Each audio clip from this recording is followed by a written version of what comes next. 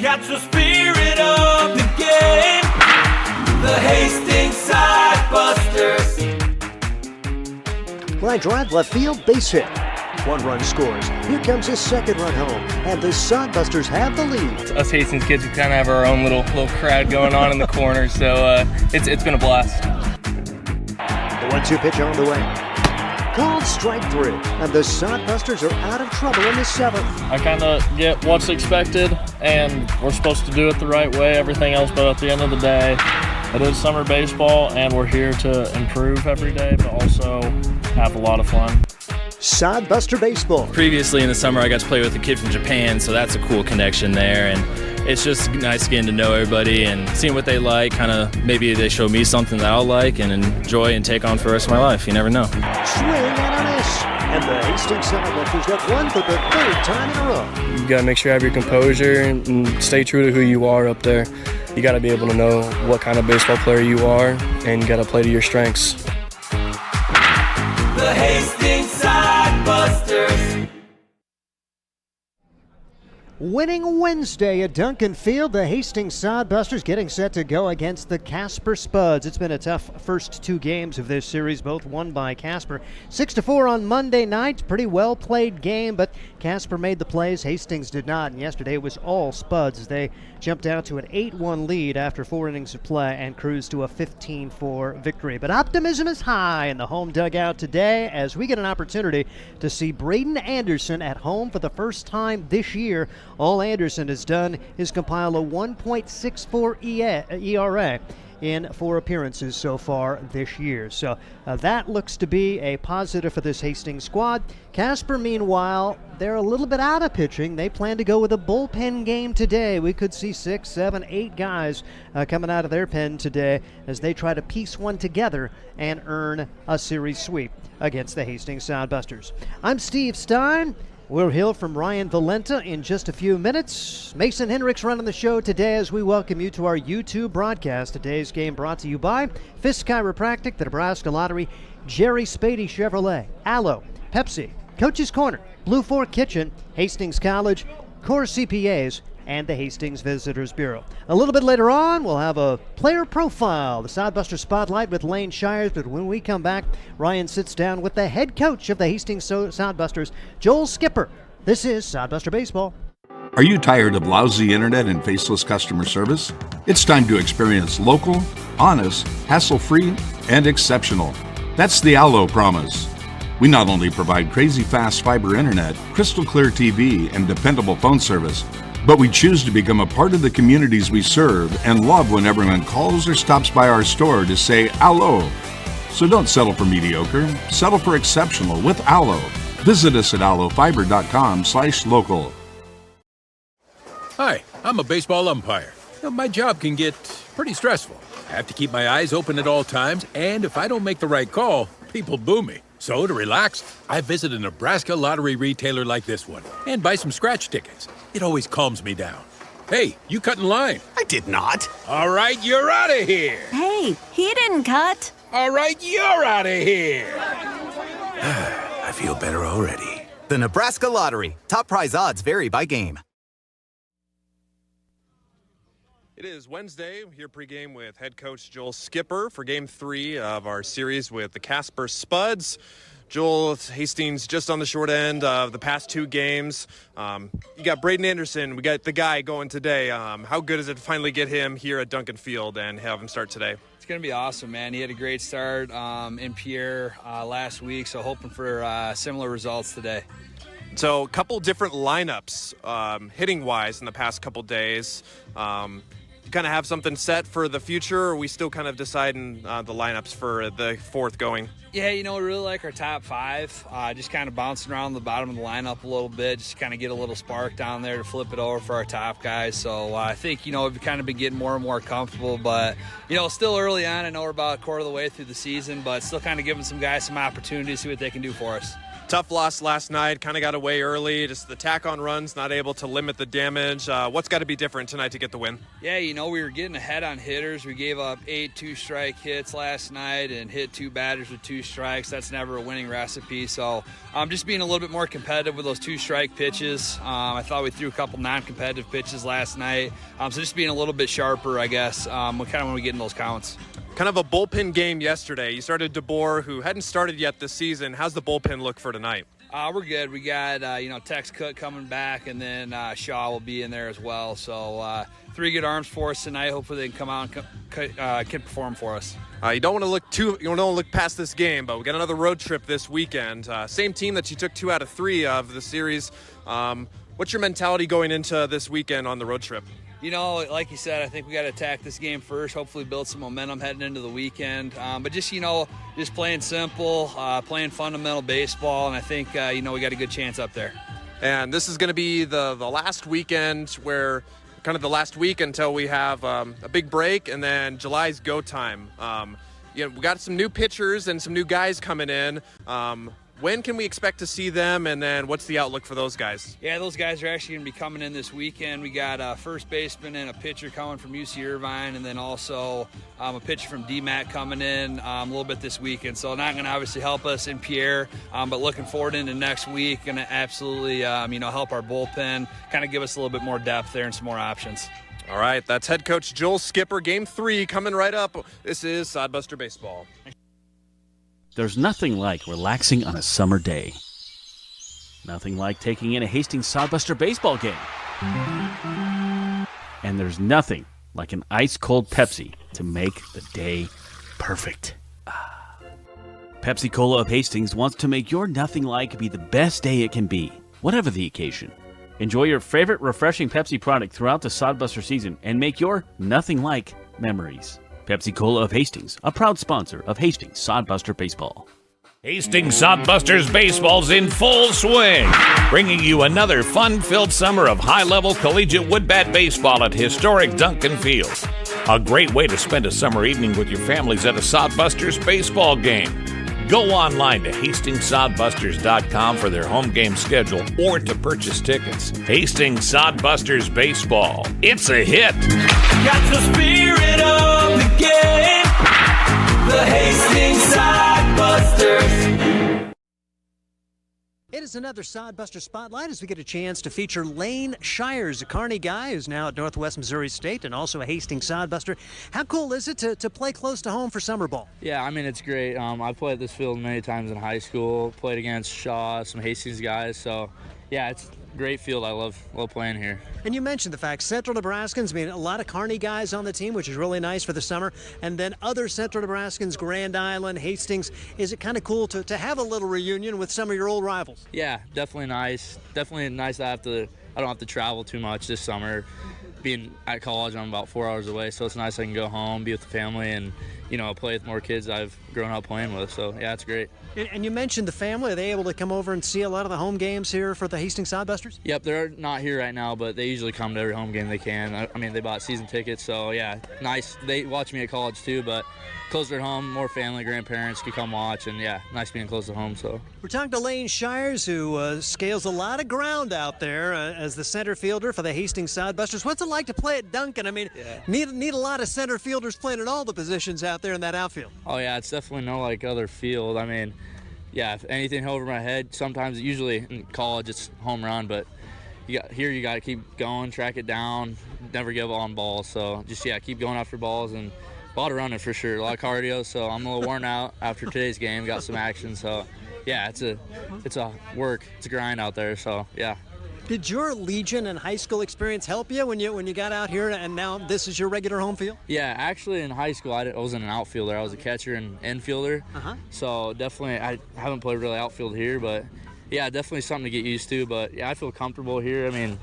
Great stadium. I just love playing here. Talk a bit about that transition. When you went to college, when did you realize, okay, the infield catch is not going to be for me, I'm going to be an outfielder? Yeah, well, I went to college, my freshman year. I caught more pens than I've caught in my life, bullpens, and I redshirted my freshman year, so that was I just kind of, got burned out catching and decided I'm going to kind of fast, so I can transition to outfield, and yeah, just went to outfield, center field, and ended up loving it. So, yep.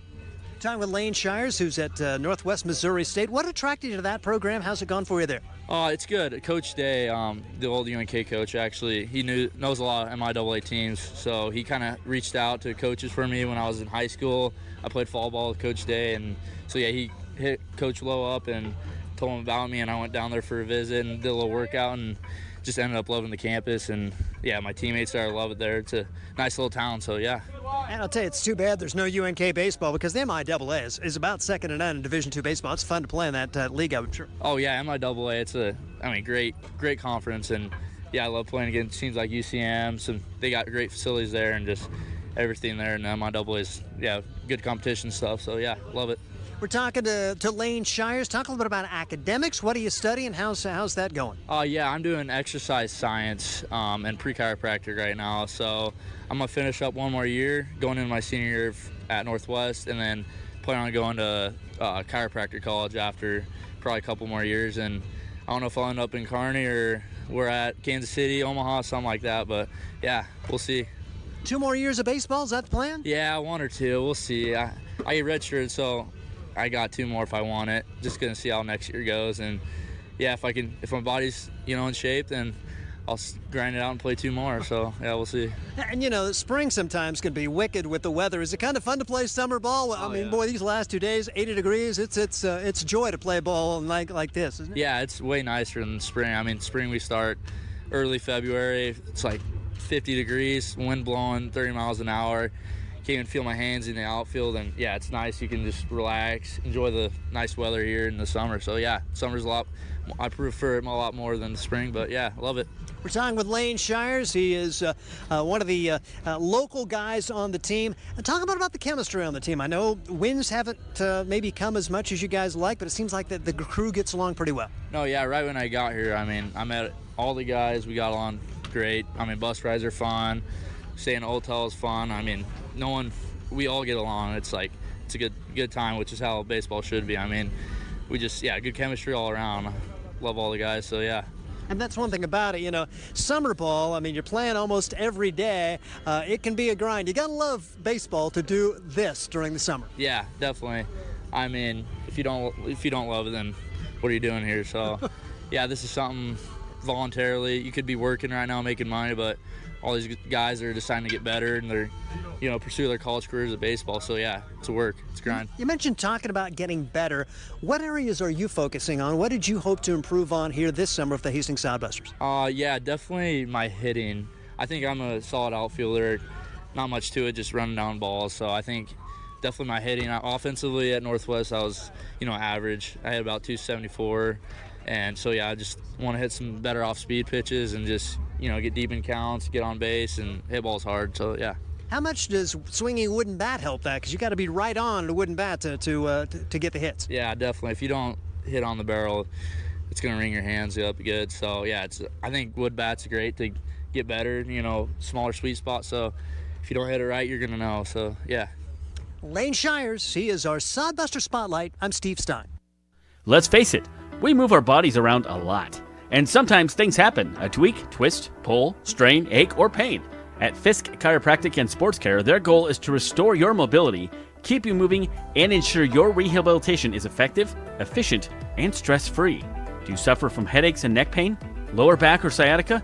Call Fisk Chiropractic and Sports Care today. Start to discover wellness through chiropractic care. Fisk Chiropractic Sports Clinic.com. Start feeling better now.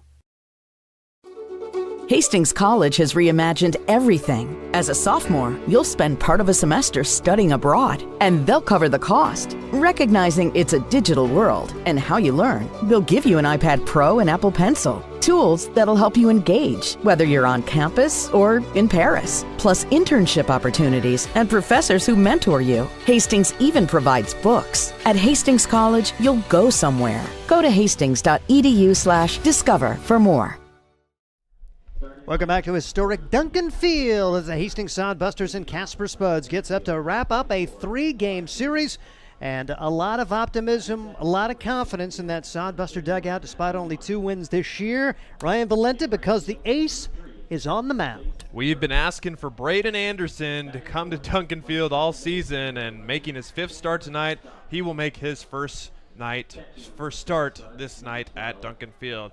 All Anderson done this year is pitched very well. He picked up the first Sodbuster win last Friday in Oahe, pitching 6 innings of 1 run, 2-hit baseball, 9 strikeouts. That's another thing we're going to look out for, is that big arm from Anderson. 23 strikeouts in 4 appearances, only 4 walks. Something we've been talking about all season is the walks giving up by the starting pitching. Anderson with just 4 walks in his 4 starts combined. He's given up 2 or less runs in every outing, including an unearned outing on May the 31st, where he just gave up 1 unearned run. But he's been electric so far, and for the reeling Sodbusters who've had some trouble at home, still looking for their first home win, he's going to be the guy to set the tone tonight. Hastings 0-9 here at Duncan Field, 2-13 on the year, and a perfect day for baseball. Expect a huge crowd. A lot of Hastings College folks come out. It is Bronco night at the ballpark, so we welcome all the Hastings College participants here at Duncan Field as Hastings and Casper wrap up a 3-game series. Then the Sodbusters going to be hitting the road for South Dakota, play 3 games against Oahe, and then have Father's Day off before returning home for games against the Nebraska Prospects. Let's take a look at the starting lineups. First of all, for the Sodbusters, it's Gage Frank. He's in right field and leading off. Josh Printer, the shortstop, bats second. Marcos Cabranes is the catcher. He bats third. It's Nick Jones, the DH, batting fourth. Then Cannon Coakley plays third base and bats fifth. Zach Vital at second base is batting sixth. Corbin Rich at first base, batting seventh. Cale Jensen in left field and batting eighth. And Ty Matson, the center fielder, batting ninth. The aforementioned Braden Anderson on the mound for the Hastings Sodbusters. For the Casper Spuds, it's going to be Elijah Reeves leading off and playing center field. Matthew Marsick in left field, batting second. Chase Burke, the right fielder, bats third. Chandler Stocking at second base, bats fourth. Brock Molenda does the catching and bats fifth. Nathan Martinez, the shortstop, is batting sixth. Dawson Barakani is the third baseman and batting seventh. Lucas Danuwitz at first base, batting eighth, and Reed Beatty, the DH, batting ninth. Ty Volmer gets the start for the Casper Spuds. Once again for Hastings, it's Frank, Printer, Cabranes, Jones, Coakley, Vital, Rich, Jensen, and Matson, with Anderson on the mound. For head coach Joel Skipper, his assistant coach is Corey Caranda. The Casper Spuds going with Reeves, Marsick, Burke, Stocking, Molenda, Martinez, Barakani, Danuwitz, Beatty, and Volmer doing the pitching. Their head coach is Mike Bowles, and we also say hi to his wife Stephanie. They've been regular YouTube watchers. A lot of his in-laws have been tuning in. So Stephanie, if you're watching, welcome to Sodbuster Baseball against your Casper Spuds. And his assistant coach is Andrew Mounts. Casper coming in with a record of 8 wins and 5 losses, and Hastings at 2-13. This game by the numbers, Hastings a batting average of .210. They actually did raise their team batting average by a couple of points yesterday, but their ERA went up by 0.6 of a point at 5.20 after giving up that 15-run outing yesterday. The Casper Spuds, they raised their team batting average by 14 points, which is almost hard to do when you've played double digits in games, but their team batting average now at .280, and their team ERA is now at 4.38.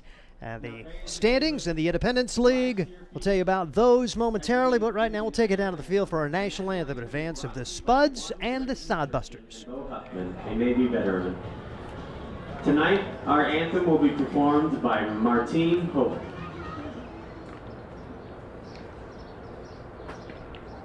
Oh, say, can you see by the dawn's early light what so proudly we hailed at the twilight's last gleaming, whose broad stripes and bright stars through the perilous fight o'er the ramparts we watched were so gallantly streaming, and the rocket's red glare, the bombs bursting in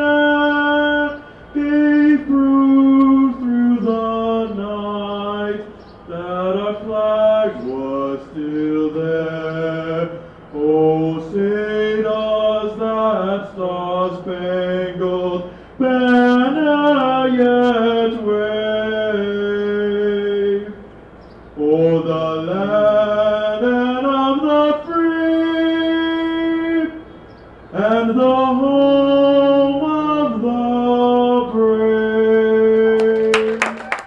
Sodbuster Baseball. Hastings getting set to go against the Casper Spuds. Today's game brought to you by Fisk Chiropractic, the Nebraska Lottery, and Jerry Spady Chevrolet. And Ryan, I don't know what we've done to deserve this yet. Sometimes the baseball hasn't always been pretty here at home, but what another great day to watch a game at Duncan Field. Not too hot, not too cold, perfect. Just about 80 degrees here in Hastings. And Sodbusters, like we mentioned, it's about setting the tone early, and they got the perfect guy to do it on the mound in Braden Anderson, who will make his first start at Duncan Field here tonight. For the offense, kind of been, you know, just about average the past two games. 4 runs in each of the 2 games of the series. Fortunately, Casper with more. 6 runs for Casper on Monday, 15 yesterday as the floodgates opened in the late innings. So 7 hits for the Busters on Monday, 8 hits yesterday. It's just been about breaking through and finding that perfect time and getting that perfect hit with those runners in scoring position, which the Sodbusters have failed to do for much of the season. So for the keys to the game, to win at home, get 6 from Anderson. Hopefully the 2 or less runs get your offense in the game. You've got your best hitters. As Skipper said, you want your top 5 guys in the top 5 spots, and that's what he has. So look for an offensive performance and a good pitching outing from Anderson on that side for a Sodbuster win. Defensively for Hastings, it's Marcos Cabranes doing the catching. Corbin Rich at first base. Zach Fatal at second. Cannon Coakley is the third baseman. The shortstop is Josh Printer. The outfield left to right, Cale Jensen, Ty Madsen, and Gage Frank. And to reiterate the numbers for the Iowa Western product, Braden Anderson coming in at 1-2, a 1.64 ERA. Very easily could be 3 or 4-0 on the year, but hasn't got a lot of help. 17 innings pitched, 5 runs, 4 of them earned. He's allowed 10 hits, 23 strikeouts, and just 4 walks his last outing, coming against the Zap when he picked up the win. 6 innings of 2-hit ball, allowing 1 run, striking out 9, and walking 2. And that was the first win of the year for the Hastings Sodbusters, right-hander for this Hastings team. Meanwhile, they'll be going against an Oahe squad, or against a Casper team, which really swung it well yesterday. Reeves, Marsick, and Burke, the top 3 in the order, and particularly Marsick. We'll tell you about his numbers yesterday when he gets a bat here in the first inning. Umpires for today's game: Sean Schott behind the plate. Kobe Schott is in the field. And we mentioned the weather. How about 82 degrees and no wind? Oh my goodness, it is just gorgeous here in Hastings.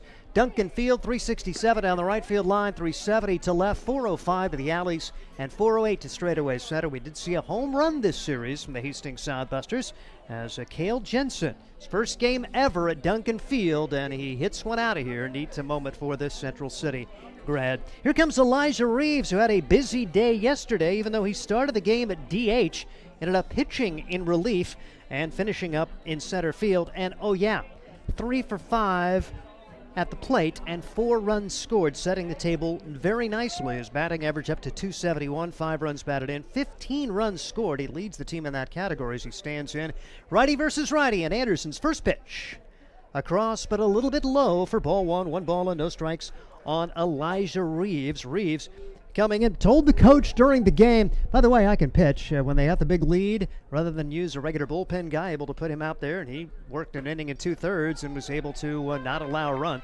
Takes this pitch for a strike. 1-1 the count on Elijah Reeves, first batter of the ball game. No scores. The Sodbusters and Casper Spuds wrapping up a 3-game series here in Hastings. Anderson winds and delivers, and that is behind Reeves, and it just ticks him on the jersey, and Anderson can't believe it. But it is going to be a hit batsman. If we could, I'd like a review there. But I want to say, if anything, that was just like a peck, like giving your mom a kiss on the cheek peck, if that got him. Barely made contact there. If you're going to get hit by a pitch, that's the way to get hit by a pitch. Yep. And now you've got speed on the bases, and here comes Matthew Marsick. Matthew Marsick had a nice series yesterday. How about 5 hits in 6 at-bats? You get 5 hits in a 3-game series, you probably had a pretty good week. He just had 5 hits yesterday as he steps in the left-handed box, and he is ready to go and takes ball 1. 1 ball and no strikes. Marsick 5 for 6, 2 doubles, 2 runs batted in, and 2 runs scored for the Spuds. Runner at first, nobody out, just getting rolling. The Sodbusters trying to keep him off the board, and Anderson, a hit batsman on the first man up there. This pitch is inside, throw back to first, and not in time. What throw on the infield side may have gotten him, but instead it'll be a 2-0 count on Marsick and a Reeves hustling back into first. Yeah, definitely good throw gets him right there, as Reeves' secondary lead was way too big, but he got lucky there. Anderson trying to bring home a strike here. 2-0. Marsick, who's been hot, now at the plate with a hitter's count and swings it one out of the zone. May have been ball 3 over the opposite batter's box. 2-1 the count instead on Matthew Marsick. Marsick raising his batting average by 71 points yesterday with his 5 hits. He's now at .395. Runner goes. The pitch. Drilled foul down the first base line. And I'll tell you what, Reeves had a pretty good jump. I don't know if you're going to get him, although Cabranes has a gun behind home plate. But one way or the other, it's 2 balls, 2 strikes on Matthew Marsick. Marsick out of Arlington, Texas.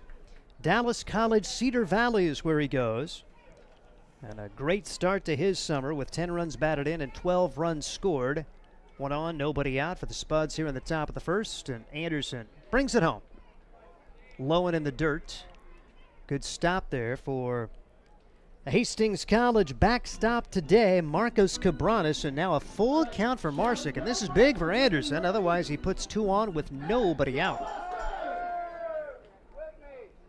Already throwing a lot of pitches here. Just the first 2 batters. 3 balls and 2 strikes. Hoping to draw early contact and have some quick innings. Get settled in here at Duncan Field. 3-2 pitch. Bouncing ball right side, right between first and second. And hitting a bag at second, trying for third. Here's Reeves. The throw down is not going to be in time. Great hustle for Elijah Reeves. First and third, nobody out. And Reeves, a tough slide as he went into Cannon Coakley, and I hope he's okay. Gets up and going head first. May have got a piece of the body of Coakley, but great job of hitting there for Marsick. And something happening for Casper early on. First and third, and nobody out. Gutsy play by Reeves there, trying to take the extra base, especially with nobody out. Don't want to make the first out at third base, and just got in ahead of the tag. And for Reeves, that's what he's known for, his speed. Here is Chase Burke stepping to the plate. He seems like he should be much better than 0 for 10 against Hastings this year. He has been a pest to this Hastings team, walking, stealing bases, scoring runs, and don't rule out a bunt right here with great speed on the bases just to try to steal that early run and keep it rolling. Pitch way high and tight to Chase Burke. 1 ball, no strikes on Burke, who's at just .220 this year, but batting in the 3-hole. Runner jockeying over at first base. Here's the pitch. And this one is blooped down the right field line and foul. 1 ball, 1 strike on Chase Burke out of Minot, North Dakota. Goes to Jamestown. He's a Jimmy in the Great Plains Athletic Conference. First and third, nobody out for Casper, top of the first. Elijah Reeves hit by a pitch. Matthew Marsick singled him to third. Runners at the corners, and said way too much in home games. Minimize right here. Sodbusters would exchange a run if they could find a way to get a ground ball up the middle. He'd love to turn 2 right here, and you go ahead and give away that run. Throw over to first. They try to keep Marsick close. Reeves at third, Marsick at first. As we are early in this one, Marsick a stolen base threat. This Casper team runs about the same as Hastings, but Marsick is 3 for 4 and takes a little bigger lead. Runner does not go, and the curveball is on the inside corner for a strike. Burke didn't think so, and that's a large call. 2-1, different than 1 and 2, and now Anderson maybe thinking strikeout right here and take a step toward getting out of this with minimal damage. Nobody out in the first. Runner goes, pitch, grounded right back up the middle. It could be trouble, and it is into center field off the glove of Vital. Everybody's going to be safe. Little grounder that nobody could get to. It's an infield single and a run scored as Burke has the RBI. Reeves scores first and second. Still nobody out. Casper with a 1-0 lead. Seen a couple of those this series. Ground ball right back at the pitcher where they're just that close to knocking the ball down. You know, it can cause trouble if the pitcher knocks the ball away from the infielders, but when they couldn't get to it in the first place, and maybe a little bit of miscommunication from Printer and Vital in the middle infield to say who was going to hit that ball. First pitch to the 4-hole hitter, Chandler Stocking, and he takes strike one. No balls, 1 strike. So really tough start for Anderson and the Hastings Sodbusters. Hit batsman, single. One is home, nobody out. First and second, and Casper thinking about putting a big dent in this one early and kind of keep the Sodbusters down after they swept the first 2 games of this series. Big swing, no contact. It's Chandler Stocking up there, and he is but not able to catch up with Anderson. We'll see if the heater's coming right here. A .316 hitter, Chandler Stocking. A double, 8 runs batted in, and 6 runs scored for this Division I player. Anderson playing his college ball at Iowa Western, the Reaver, just across the border in Council Bluffs. 0-2 pitch on the way. Taken high. Pretty tough take there, and you see a fastball up in your eyes. A lot of guys swing at that. It's 1-2. Chandler Stocking laying off there. He has gone 4 for 12 against Hastings, including a multi-hit game yesterday. 2 for 4, knocked in 3, and scored twice. Want him right here. Runner goes. The 1-2 pitch is bounced to the left side. Printer's got it. Throws to second for 1. Over to first. It's not going to be in time. And on that play, advancing to third, was Marsick, who had a great jump. He stayed at third, thought maybe after the Sodbusters tried to turn the double play that he would go ahead and try to score. Instead, he stayed there at third base. Stocking reaches on a fielder's choice. Burke is forced at second, 6-4, and the elusive first out is recorded, but still a chance for Casper with runners at the corners and only 1 man out. That will bring to the plate left-handed hitting catcher Brock Molenda. Just a grounder that's not a double play to a middle infielder. Likely gets that second run home for Casper as they've jumped out to a 1-0 lead, and the Sodbusters trailing at home again. Big swing, no contact, an off-speed pitch, no balls, and a strike on Molenda. Molenda, .333 on the year. He's got a homer, a triple.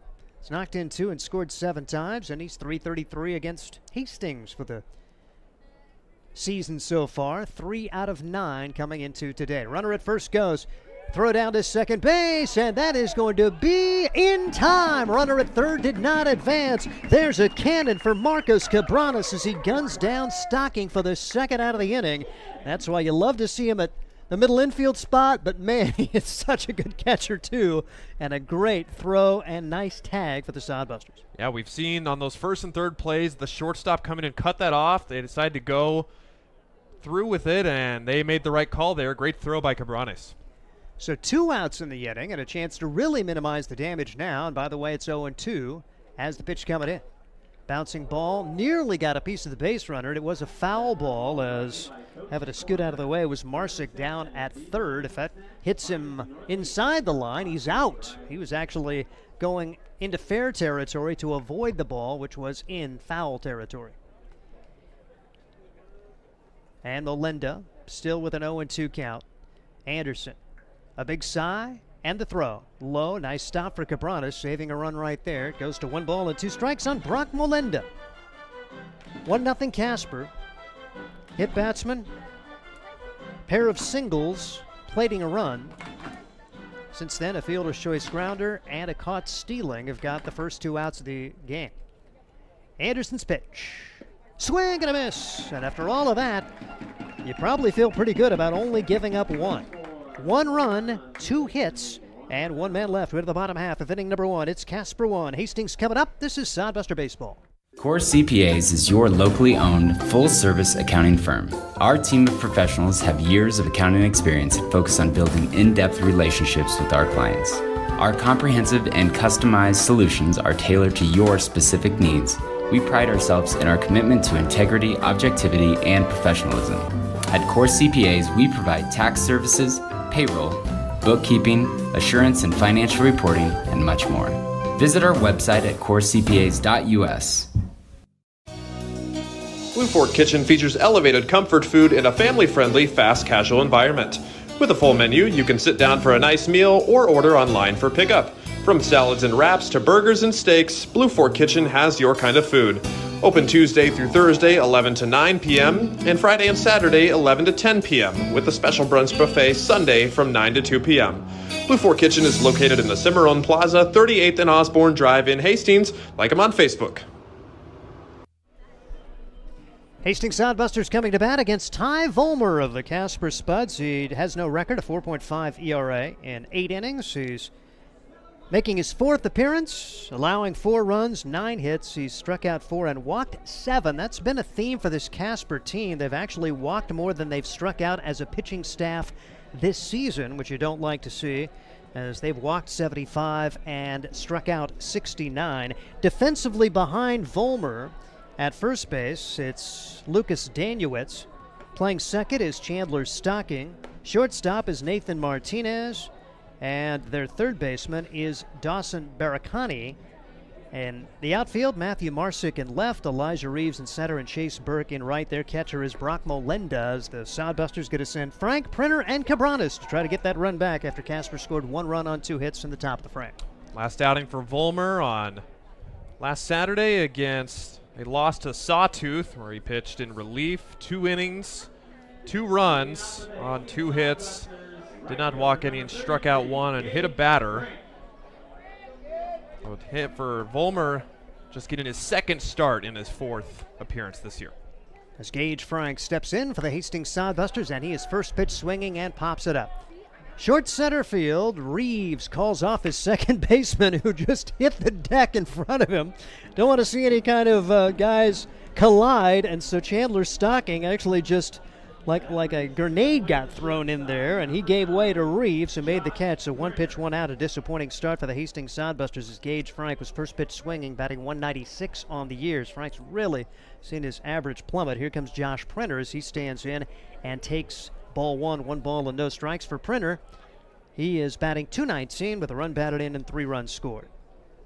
Printer coming off a multi-hit game yesterday, went 2 for 4 in that loss to Casper.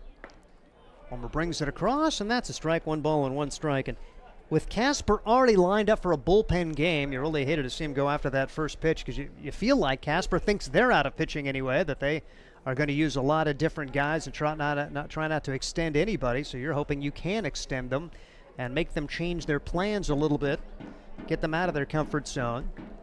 2-1 pitch on the way to Printer, and he hits this one into left center field. That's a base hit. Printer able to sneak one over the shortstop, and Josh Printer is aboard with a 1-out single. Sodbusters trailing at 1-0, bottom half of inning number 1. Printer's been finding those gaps pretty well. That's his 3rd hit of the series already, and it's a good start for the Busters in the 1st inning. The Sodbusters haven't had great hitting overall against Casper, but Printer now is 4 for 12. Throw over to first base. Printer dives back in safely, was not very far off as Ty Volmer did make sure he was sticking close. Here comes Marcos Cabranes for the Sodbusters, batting .276 for the year, 4 doubles, 3 runs batted in. He's scored 10 times, and he takes a pitch here for a strike. No balls and 1 strike on Cabranes, who does have a 4-hit game in his Sodbuster career early on. The Arkansas Tech Wonder Boy, potential business and criminal justice major at Arkansas Tech. Runner goes, hit and run, and the pitch fouled away. Bat flew out of the hands of Cabranes. Unfortunately, it didn't catch anybody over there in the on-deck circle. Nick Jones was able to avoid that. Count, no balls, 2 strikes to Cabranes. So, like the aggressiveness of Joel Skipper, trying to ignite this offense somehow. A little hit-and-run action for the Sodbusters. Didn't pay off, and we'll see if Cabranes can now protect at 0-2. 1 on, 1 out, 1-0. Casper on top, bottom half of inning number 1. Runner goes again, taken high for a ball, throw down to second base, and out at second. Very well thrown ball. Brock Molenda matching Marcos Cabranes with a little caught stealing there as the tag applied by Nathan Martinez. There are 2 outs, nobody on, and a 1-2 count on Cabranes. Got to wonder if that was a hit and run there. I mean, that pitch not really close for the swing, but you know, with the balls way out of the zone, it's just even better throw by Molenda. 1-2 pitch is on the way, and this one is popped up. Stocking, second baseman underneath it, and after all of that, Volmer faces the minimum in the 1st. No runs, 1 hit, nobody left. We head to the 2nd. Casper 1, Sodbusters 0, and this is Sodbuster Baseball. Blue Fork Kitchen features elevated comfort food in a family-friendly, fast casual environment. With a full menu, you can sit down for a nice meal or order online for pickup. From salads and wraps to burgers and steaks, Blue Fork Kitchen has your kind of food. Open Tuesday through Thursday, 11 to 9 p.m., and Friday and Saturday, 11 to 10 p.m., with a special brunch buffet Sunday from 9 to 2 p.m. Blue Fork Kitchen is located in the Cimarron Plaza, 38th and Osborne Drive in Hastings. Like them on Facebook.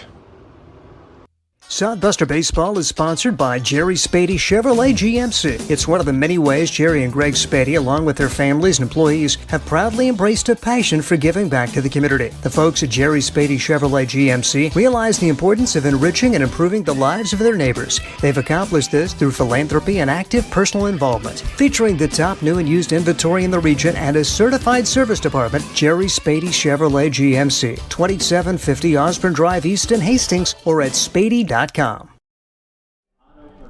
It's Sodbuster Baseball as we head to the second inning. Today's game brought to you by Aloe, Pepsi, and Coach's Corner. It's Steve Stein, Ryan Valenta, and Mason Hinrichs running the show here with our video production. 1-0, Casper on top of Hastings, and the Spuds are going to be going 6, 7, and 8 against Braden Anderson. Anderson giving up a hit batsman and 2 singles to begin the game. The Sodbusters able to minimize the damage. A fielder's choice grounder, a caught stealing, and a strikeout as they were able to get out of that with no more damage done. As the Hastings Sodbusters going to be seeing Nathan Martinez step in for the Spuds. Martinez, 286 on the year. Against Hastings, he's 3 for 10, has hits in 3 of the 4 games so far this year against the Sodbusters. Martinez out of Murrieta, California, goes to the College of San Mateo. Right-handed hitter against the right-handed pitcher, Anderson. Anderson winds and delivers. Low for ball 1, 1 ball and no strikes. Early on, anyway, it's been a little bit of a struggle to get strike 1 over. His work behind about half the hitters he's faced. That is key for any pitcher. Try to get that ahead in the count. On your terms, pitch fouled away, 1 ball and 1 strike on Nathan Martinez. By the way, early indication, Anderson hitting about 85 on his fastballs, his slider 74 to 75 at this point. So we appreciate Connor Christensen passing along those numbers to us. It's a team effort here in the multi-tiered press box at Duncan Field. Pitch across for strike 2, 1 ball and 2 strikes on Nathan Martinez. Anderson set to go for the 1-2 delivery. Low, Martinez able to lay off of that one. It goes back to 2 balls and 2 strikes on Martinez. Nathan yesterday, one of the few guys who didn't have a hit, went 0 for 2 against the Hastings Sodbusters as Casper able to pound out 17 hits in that 15-4 win here at Duncan. Bouncing ball back up the middle. Printer dives but can't get there. It's a leadoff single, and Casper has its leadoff man aboard for the second straight inning. Runner at first, nobody out for Dawson Baracani. As Dawson out of Skyline High School, Washington State, went to Mesa Community College, and now at Maryland, Baltimore County. He's a retriever. Division I player. 1 on, nobody out. Right-handed hitter, has not played much this year, 0 for 7 in 3 games, including 0 for 1 yesterday with a run batted in, and takes ball 1. 1 ball, no strikes. Nathan Martinez leads away from first. Casper trying to extend a 1-0 lead. We're in the top half of inning number 2 here at Duncan Field. A moderate lead. Looping liner, caught, second baseman, throw to first, not in time to get the double play, but a good job there for Zach Vital to reach up high, grab it. You're thinking, grab it, throw him out for a double play, but good hustle back for Martinez, and there's 1 on and 1 out. Well played both ways. And now it's going to be Lucas Danuitz standing in the right-handed box. Casper on top, 1-0. The pitch. This one is looped down the right field line. Could be trouble. Frank on the run. Dives, does not get there. And now off to the races, Martinez. He'll hit the third base bag. He will score. And all the way into third will go Danuitz. And that's disappointing as Gage Frank couldn't get there. And when he couldn't get there, that baby was going to go a long ways. And you figured Casper was going to be able to extend the lead, and they did. And now really big for Martinez to avoid that double play on the previous at bat when he was able to hustle back into first. If not, that's just a runner at third and 2 outs. Instead, it's an RBI triple for Daniewicz. And here's Reed Beatty. So Casper off to a good start on the road against the best that Hastings has to offer. 2 earned runs in their first 2 at-bats, and they try to add more as a curveball is across for a strike. No balls, 1 strike on Reed Beatty. Batting in the 9th spot, 6'4", 220-pounder from Laramie, Wyoming. Goes to Texas A&M Kingsville, 176 hitter on the year. He's knocked in 1 and scored twice. He's played in only 1 of the games against Hastings this year, the first game of the series, and went 0 for 3 last Sunday. Pop up short center field, making the call.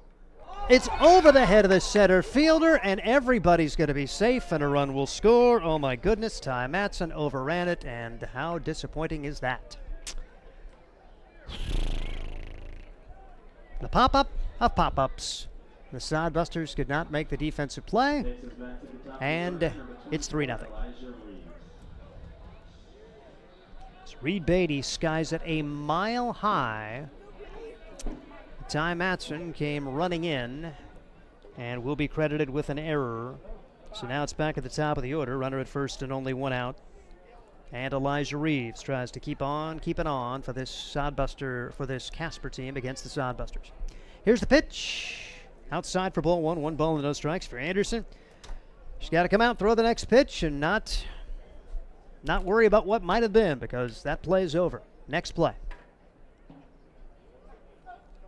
1-0 pitch on the way. It's outside for a ball. 2 balls and no strikes on Elijah Reeves. That hung up there for so long, and you saw Ty Matson come hustling in and just flat overran it. 2-0 the count. Anderson brings the pitch home. Solidly struck ball to left field. That's a base hit, as Sodbusters kind of caught no man's land there for Cale Jensen. Does he hustle in and try to make a dive and see it go by him, and instead plays it on 1 hop? And now Casper really hoping for a huge inning as they have 2 on and only 1 out. It's tough. You want to see Jensen make the play out there, but that sun, you know, you're looking straight into the sun, and the last thing you need is another ball to get by you and score another run. So good play, playing it on the hop there. So 3-0 and counting here for Casper. First and second, 1 out. The pitch is outside for a ball. 1 ball and no strikes on Matthew Marsick, who singled his first time up. Remember yesterday you had Reeves and Marsick. Their first 6 plate appearances, they went 6 for 6. Well, their first 4 plate appearances, this is the 4th. They've already been on base all 3 potential times, with Reeves hit by a pitch and singling, and Marsick singling. So you set the table that well, and you have a chance to score a lot of runs. 15 yesterday, 3 today, and there's 1 out in the top of the second inning. 2-0 the count now on Marsick. And what's the mentality of Anderson now as he brings home the 2-0 pitch? This is hit into center field. Trouble, bounces in. Matson brings it home. Hits his cutoff man perfectly. Nice job, but the bases will be loaded after the solid single from Matthew Marsick, and Casper thinking, we are going to blow this baby open early. Bases loaded, 1 out, 2 home. Do you visit Anderson at this point? Yes, you do. As here comes Joel Skipper out to try to say some words of wisdom at this point, and one of the reasons I'm glad I'm not a coach. You just don't know. You know, make a play, you got 2 outs, and the inning may unfold totally differently, but now you've got the 3 and 4 hitters coming up, bases loaded, 1 out, and you're thinking, oh man, and the way it's gone, you're just almost expecting the worst as a broadcaster. What are the guys thinking right now? What's Anderson thinking as he tries to work his way around a huge jam with Burke and Stocking still to bat? I mean, you got to be thinking if you're Anderson on the mound. My first 4 outings, I was really darn good. Well, what's happening right now? He's not making bad pitches. He's got additional velo more than the other starters have, but Casper is just getting really good swings on this and putting them in perfect spots. Nothing you can do about it. Here's the first pitch to Burke, and he takes ball 1. 1 ball and no strikes. Burke is able to beat out an infield single his first time up, knocked in a run. He's erased on a grounder 1-0 the count. Bases loaded, 1 out, 2 already home here in the second, and Burke fouls it away. 1 ball and 1 strike. Needless to say, a strikeout would look mighty large here with the bases loaded and only 1 out.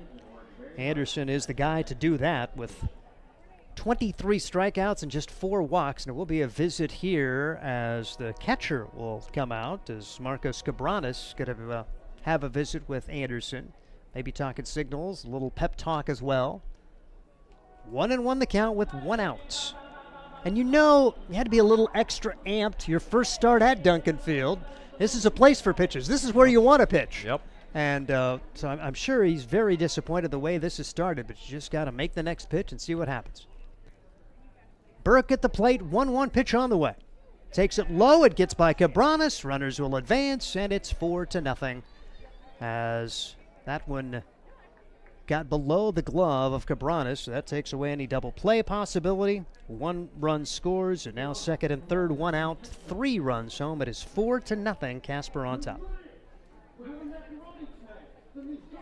It's going to go down as a wild pitch on Anderson, and yeah, it's tough taking away the double play here. We'll see how they play Burke now. Pitch inside, 2 balls and a strike, and you were figuring today, you don't want to count your chickens before you hatch. You're thinking Anderson 6-7 innings, on the home field. And now what's Joel Skipper thinking? Did you actually start warming people? No, not yet. Nobody up behind Anderson. It's his game for now. You need to get 70, 80, 90 pitches out of him after you had to test the team last night. Get 3 more games in 3 days, and a walk issued now to Burke, and they're loaded up again for Chandler Stocking. Able to get by Stocking last time on a fielder's choice grounder. Can he do it again? As Reeves at third, Marsick at second, Burke at first. Only 1 out in the inning. Sodbusters, a large error to really set the table for this Casper team, and the Spuds are taking advantage. Popped foul, out of play. No balls and a strike. The line out from Baracani. Think about that play, too. Good base running for Martinez, not to get doubled off. If he gets doubled off, that also changes the complexion of this inning for the Hastings Sodbusters and for the Casper Spuds.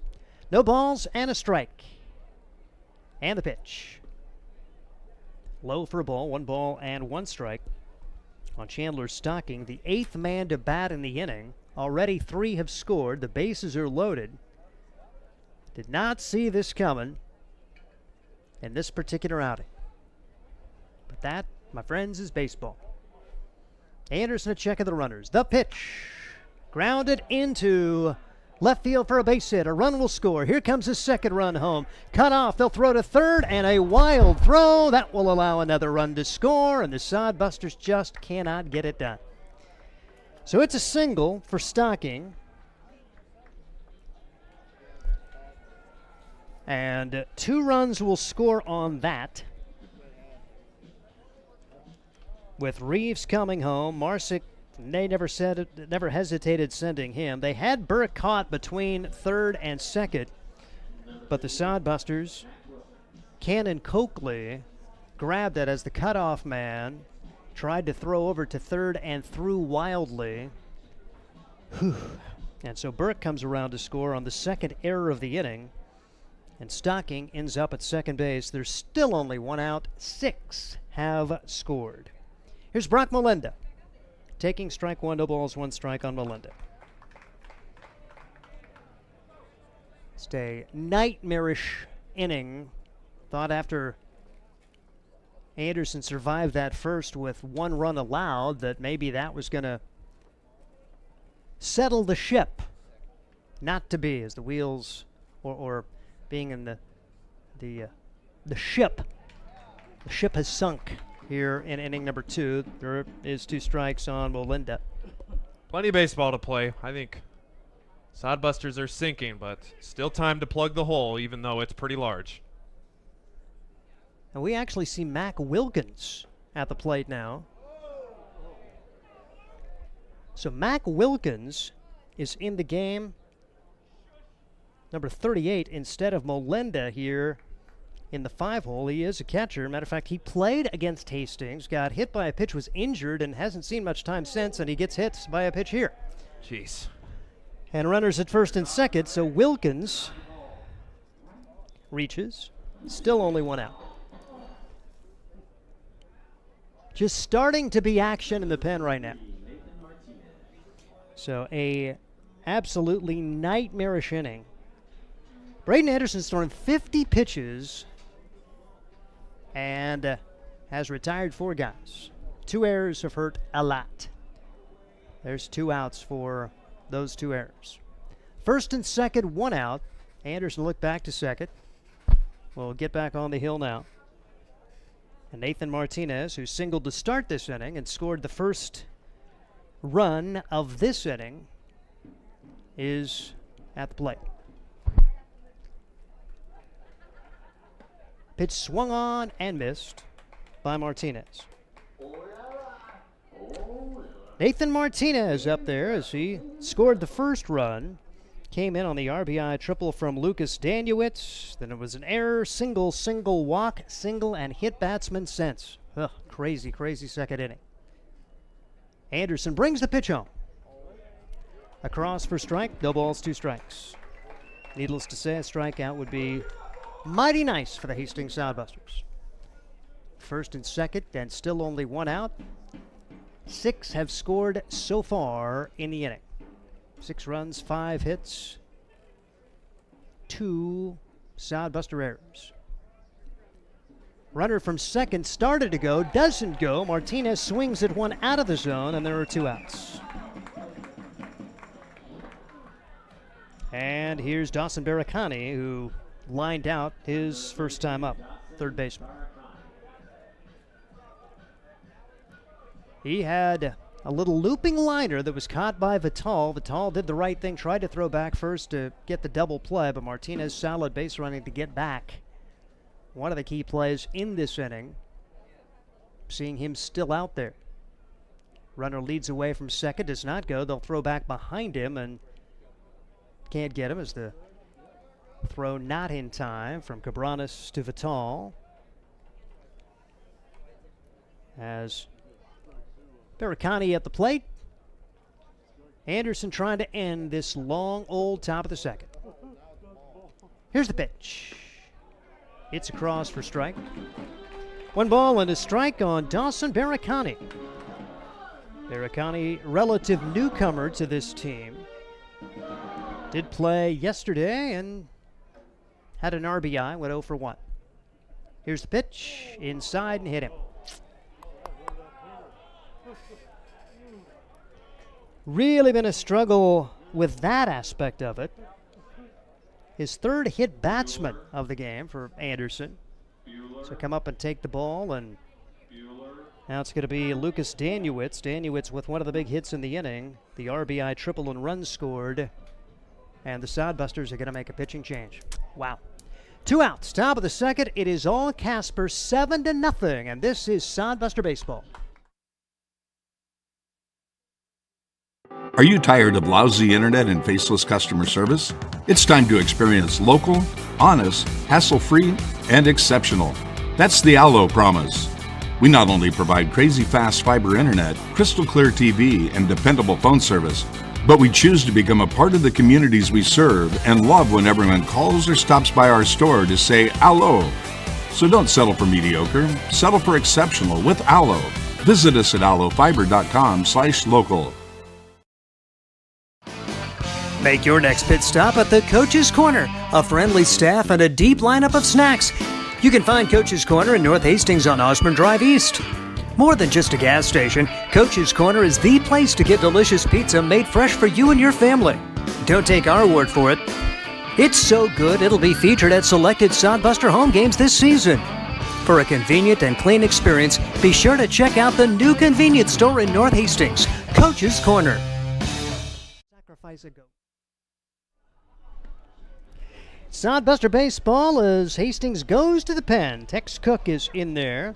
0-1, a 4.61 ERA, making his 8th appearance already this young season. 13 2/3 innings, allowing 10 runs, 7 of those earned. He's allowed 10 hits, 18 strikeouts, and 12 walks, and certainly didn't think we'd be going to a relief pitcher in the second inning. But what a nightmare for Braden Anderson, as Anderson throwing 56 pitches and could not get out of the second inning today, allowing 7 runs so far, 5 of them earned.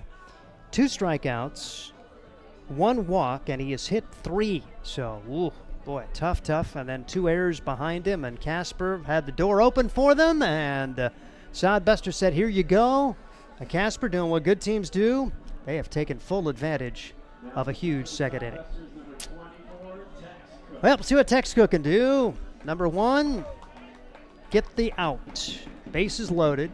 See if you can find a way to get the guys to come to the plate.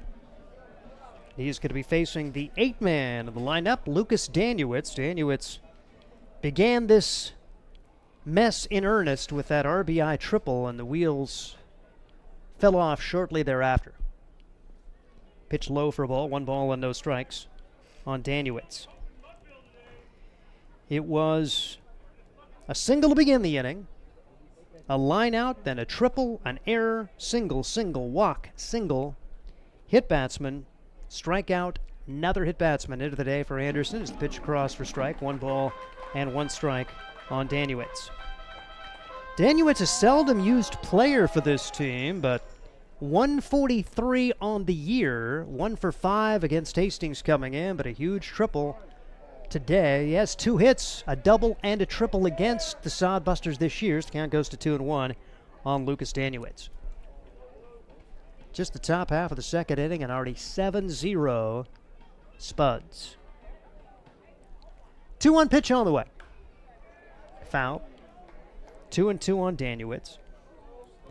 Lucas Danewitz out of Deerfield, Illinois, goes to the College of Lake County, playing in his 3rd game against the Sodbusters. Came in as a pinch hitter in the 2nd game of a doubleheader. Pitch gets through the wickets. It comes right back to Cabranes. He'll throw to second. Now they'll have to throw back home, and it's a bad throw, and a run scores. They were going to avoid the wild pitch. The ball got through cleanly against Cabranes, and he was able to hustle. A runner was trying to go back to second. They threw it to Printer, and then Printer airmailed the throw back home. Run scores. It is 8-0. And 3-2 the count on Danewitz. Here's the pitch. High and tight. Loaded again. So on the previous play, Stocking coming around to score. Runner at third now is Mac Wilkins. Second base, Baracani. Danewitz at first, and here's Reed Beatty, the number 9 hitter, reached on an error. That's one of the key moments in this inning. Pitch swung on and missed. No balls and a strike on Reed Beatty.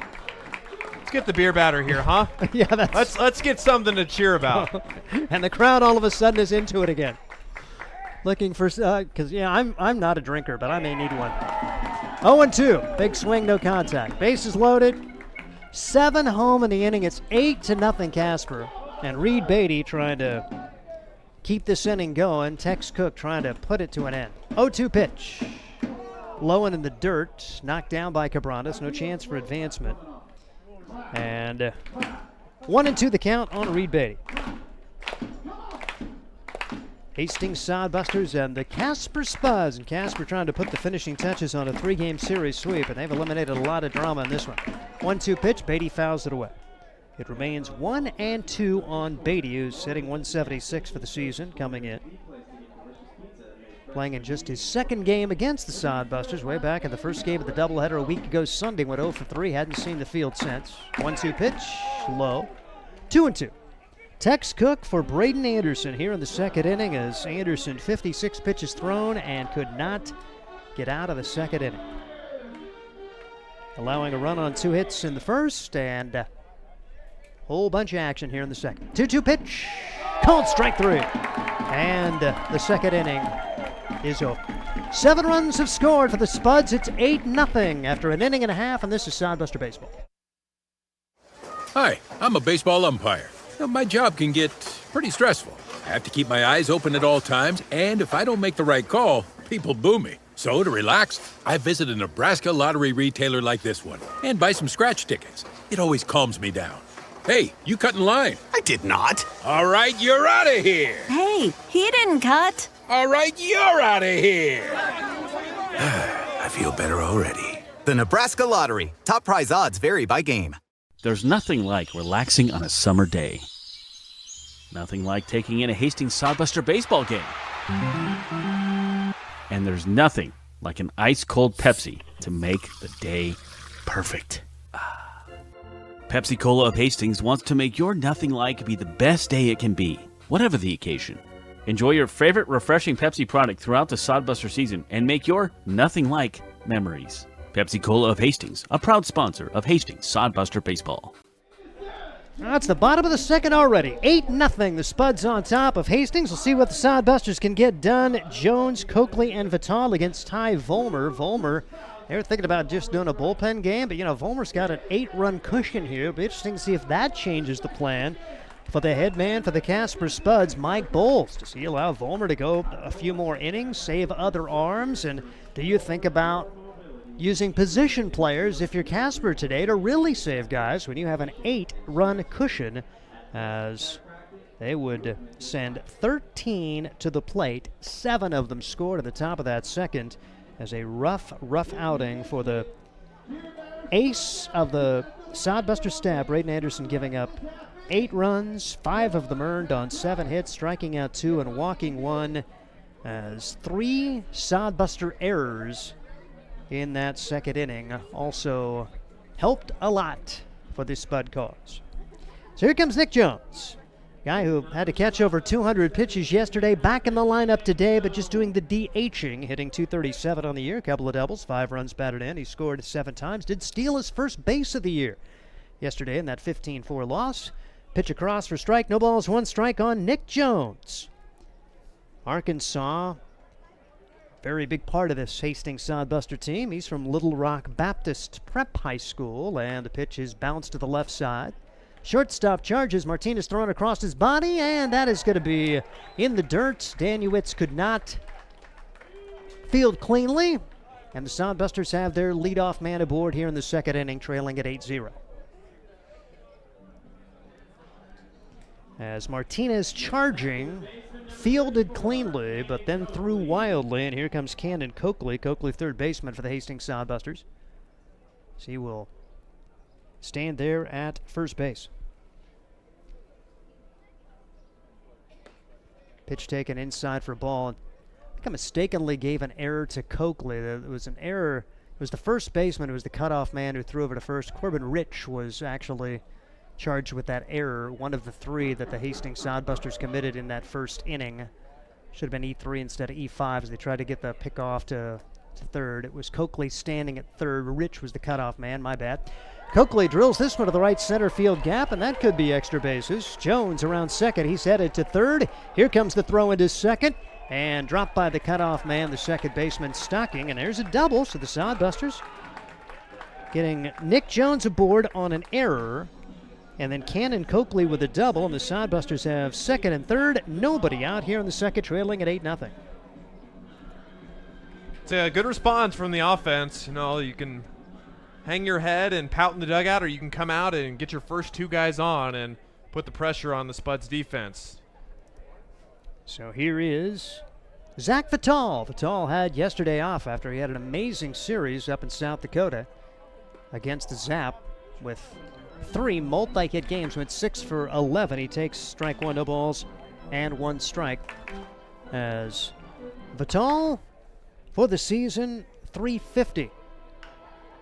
Skies this one high in the air to right center field, carrying pretty well, but the right fielder has it measured. It'll be a sacrifice fly as the run scores easily, as handled out there by Chase Burke, but the Sodbusters are on the board on Zach Vital's run batted in on the sac fly to right. 7th RBI of the year as Jones scores. Coakley takes third on the play, and there's 1 one out. It's fundamental baseball, see if you can get that run home from third now. Yeah, good base running there by Coakley, too, to make it to third. And another one of those in the outfield, you should be able to score him as well, too. As Rich stands at the plate and takes high for ball one. 1 ball and no strikes on Corbin Rich. Hastings Sodbuster first baseman. Trying to bring home a run. He's knocked in 6 this year. And bounces this one to the left side, but foul. 1 ball and 1 strike on Corbin Rich. Hastings Sodbusters on the short end of an 8-1 game. 8 runs, 7 hits for Casper, 1 run, 2 hits for Hastings. The Sodbusters have 3 errors in the day, and Casper with its first error in this inning.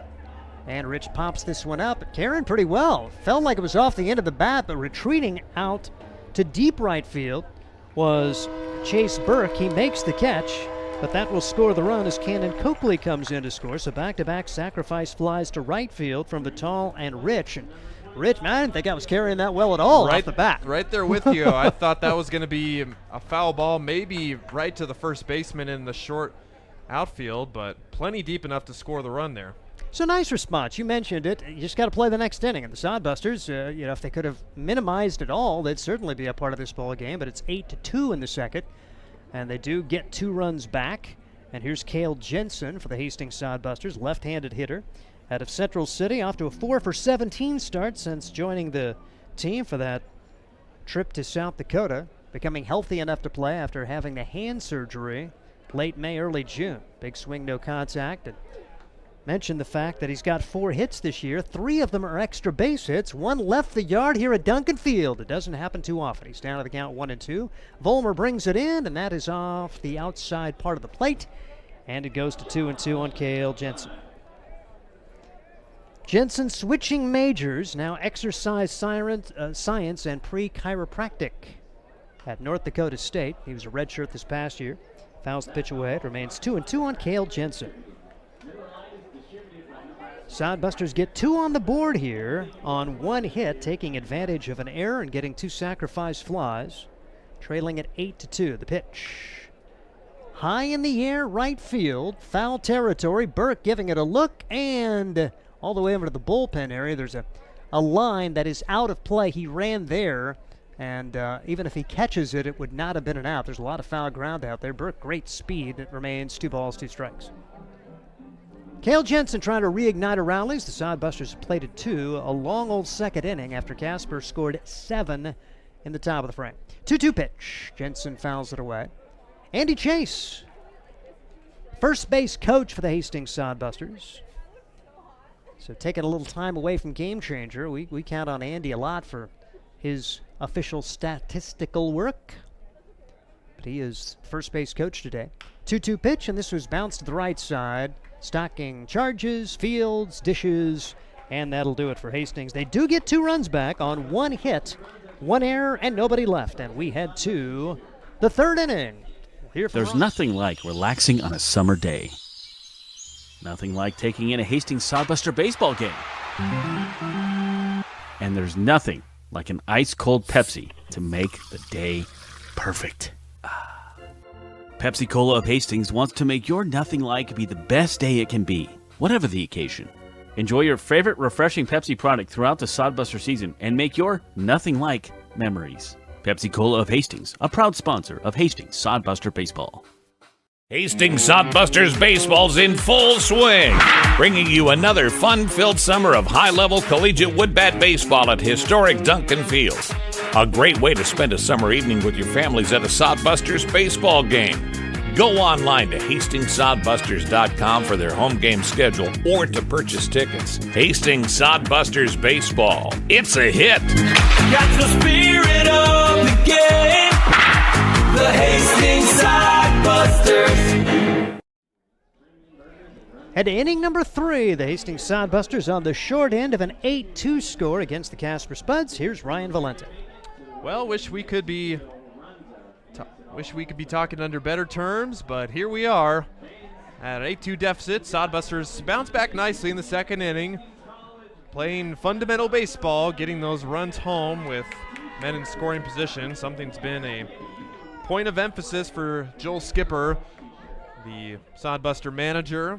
just making those plays, getting those runs home, and not trying to do too much. And that's what the guys in Zach Vitale and Corbin Rich were able to do, drive those runs home, even though it came at the cost of some outs. Sodbusters now at a 6-run deficit, and this type of game, especially still early, every run will count. Third inning, third time through the Spud lineup. Here's Elijah Reeves. Spuds batted around and then some in the second inning, sending 13 men to the plate, scoring 7 of them. As Tex Cook's back out on the mound for the Sodbusters. He's behind 2-0 to Reeves. So coming into the game, Elijah Reeves and Matthew Marsick, the Casper Spuds 1 and 2 hitters, came into this series 11 for 19. They now have added 3 more hits as Reeves takes strike 1. That is 14 for 22 in this 3-game series that is still yet to be completed. There's ball 4 for Reeves, so another walk for Tex Cook, his second of the evening. Something we've seen from Cook, he's got that big fastball, he holds on to the ball a long time and really hides that grip right until it's coming at you. Very deceptive arm angle there. So when Cook can find the strike zone, he's very, very good. And Matthew Marsick fouls that off to the left side. The aforementioned Marsick, perfect 2 for 2 on the day. Scored a run in the second inning.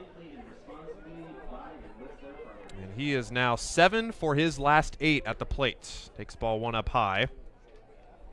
As we mentioned, Marsick yesterday going 5 for 6 with a walk. So he has been the guy for the Spuds this series.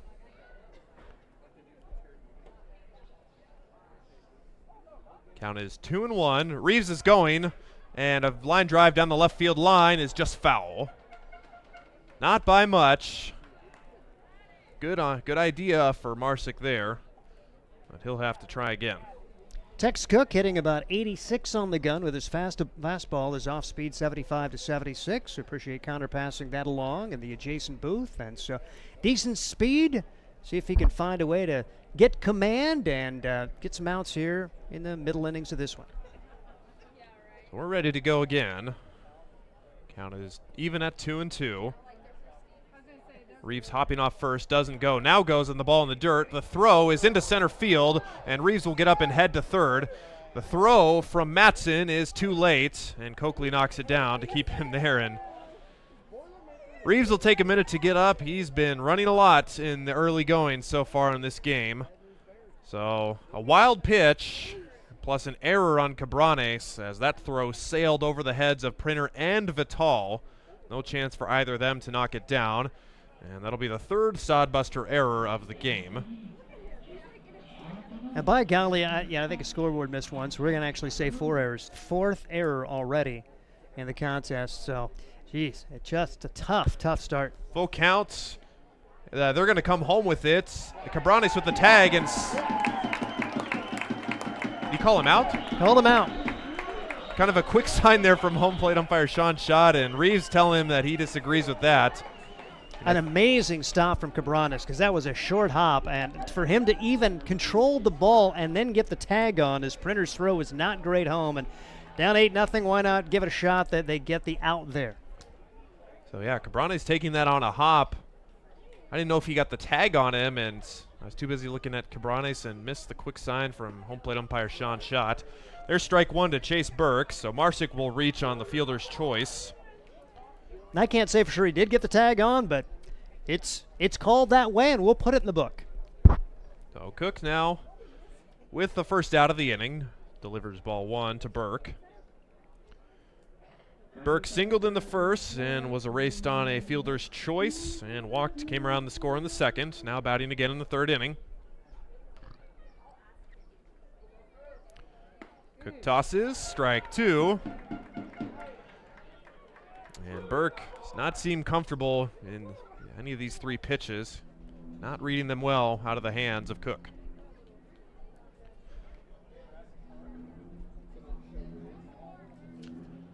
Long look in. We're ready with the 1-2.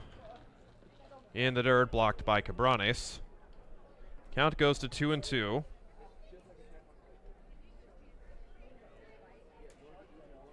Burke coming into this series 0 for 10, but has reached base at 3 times yesterday. Runner goes, pitches inside, and that'll be ball 3, and no throw from Cabranes. Thought about just holding on to it that time. So Marsick swipes the bag.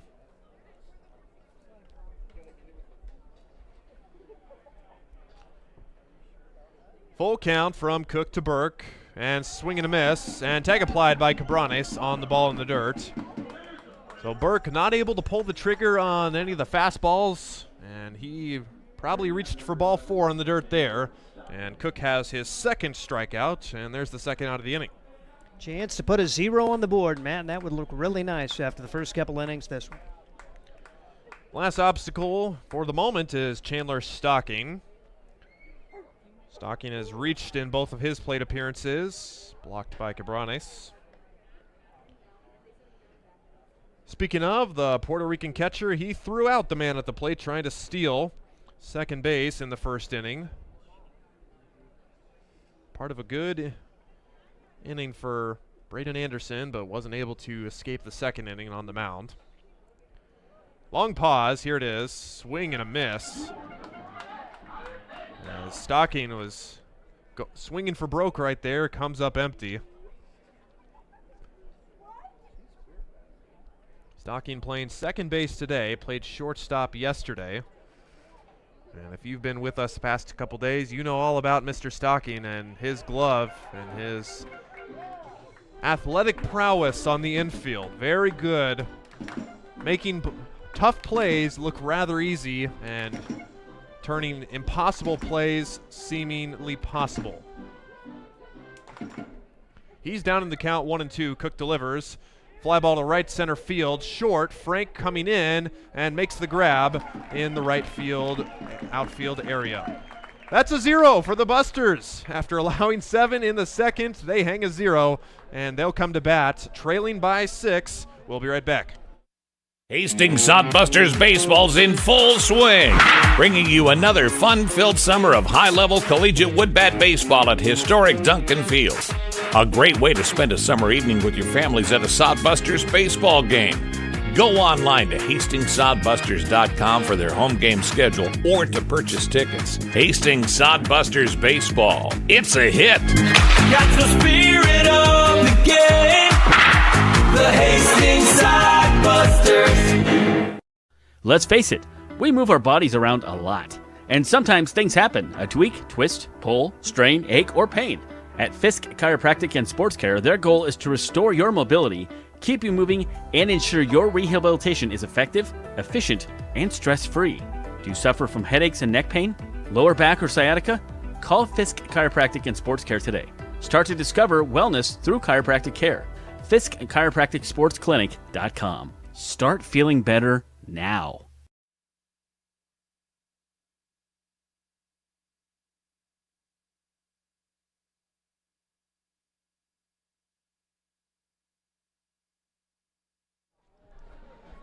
Bottom of the third inning.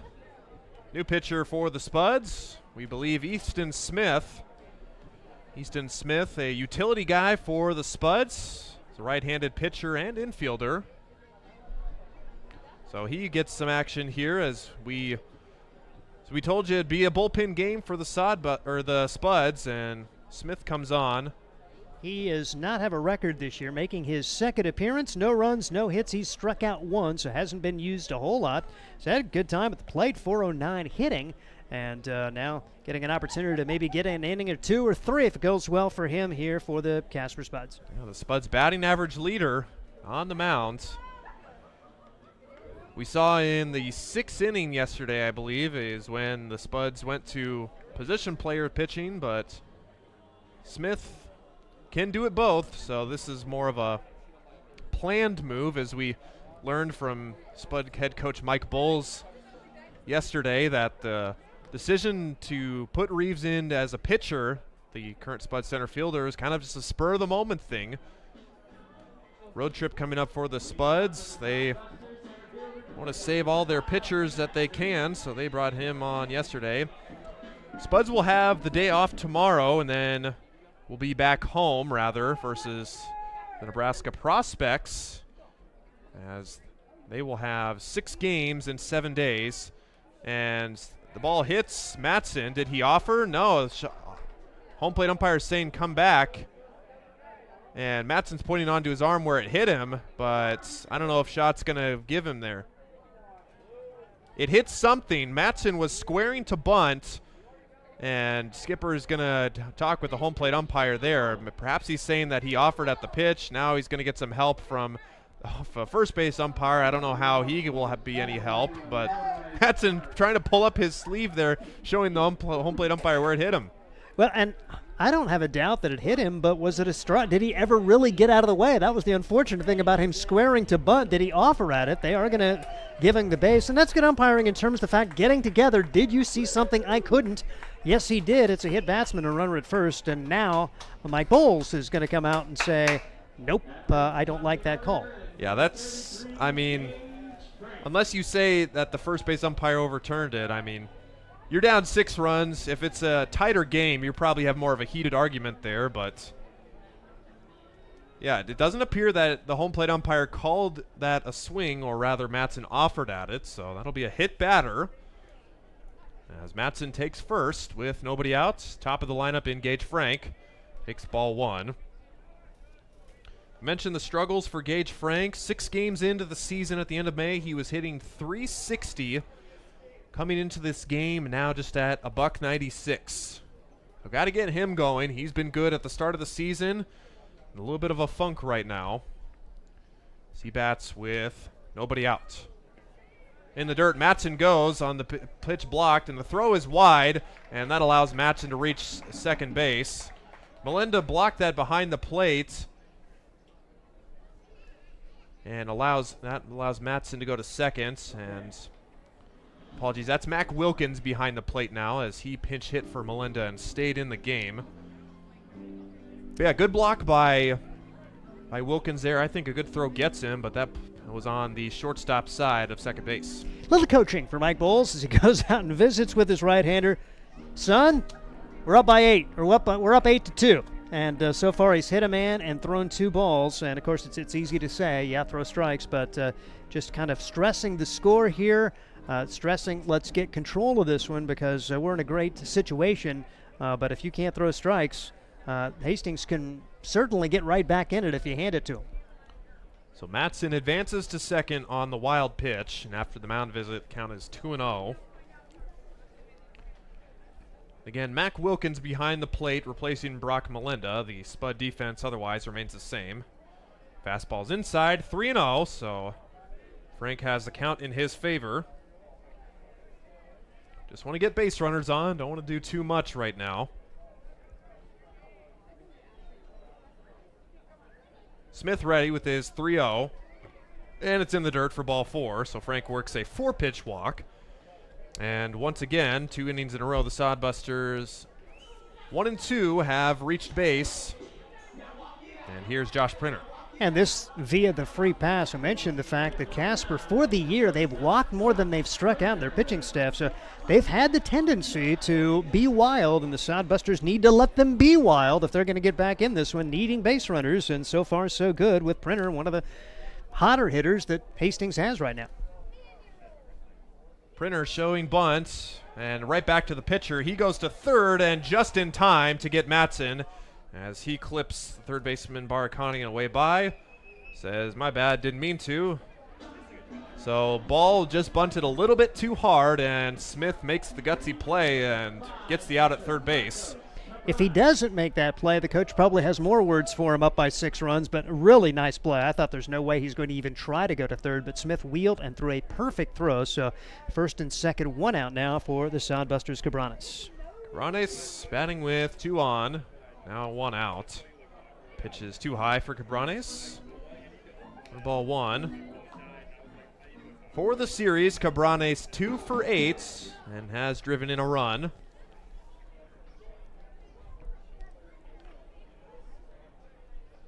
So Printer at first, Frank at second. Pitch is way outside and snagged by Wilkins. Keep the runners in their place.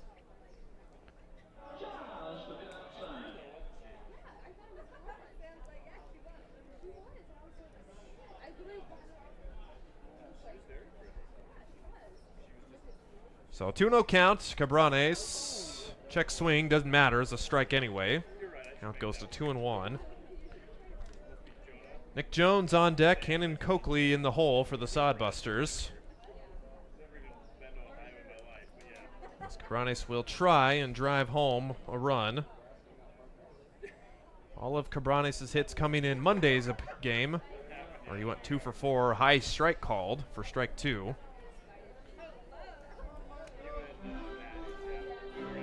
Sodbusters have been on the bases in every inning so far. Trying to get some more runs back. They need 6 to tie. Ball in the dirt, blocked. Got away briefly from Wilkins, but no advance.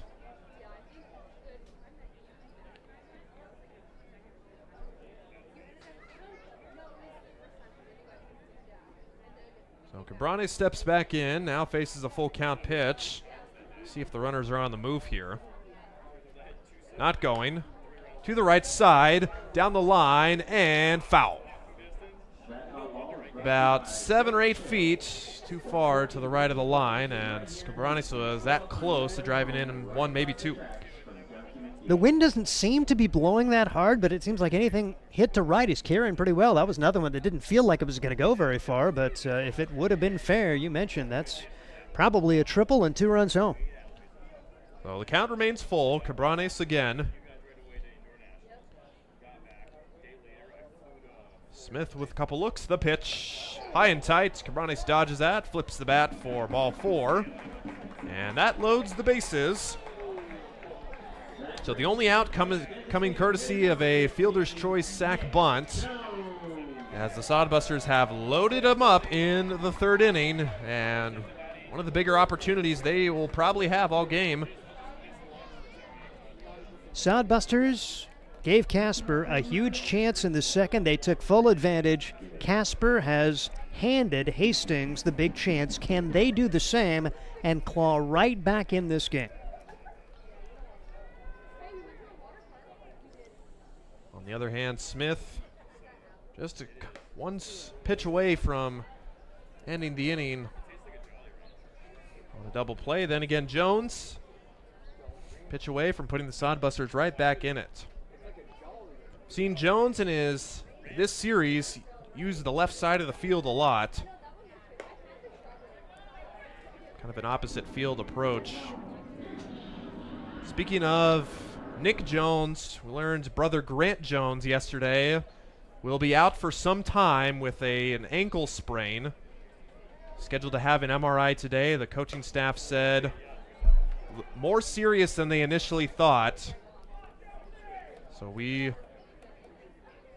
will miss Grant Jones for a good portion of the season, according to head coach Joel Skipper. Count is 2-1 to Nick Jones. To left field. Going in now back is Marsick. Makes the grab. Frank tags at 3rd. Heading home. The ball is cut off. And that'll be a sac fly for Nick Jones. Scoring Frank for the 3rd Sodbuster run. Great job for Jones. One of the leaders on this team. Didn't try to do too much. Knew it was an RBI chance. Getting a lot of high fives out there. Sodbusters getting their 3rd sacrifice fly of the game. And if not for that big 2nd inning, they'd be right in it. But you love the tenaciousness scoring a run here. Now, how about a 2-out hit from Cannon Coakley? Coakley had a double in the 2nd. Came around to score. He punched the ball to right center field. High and tight for ball 1.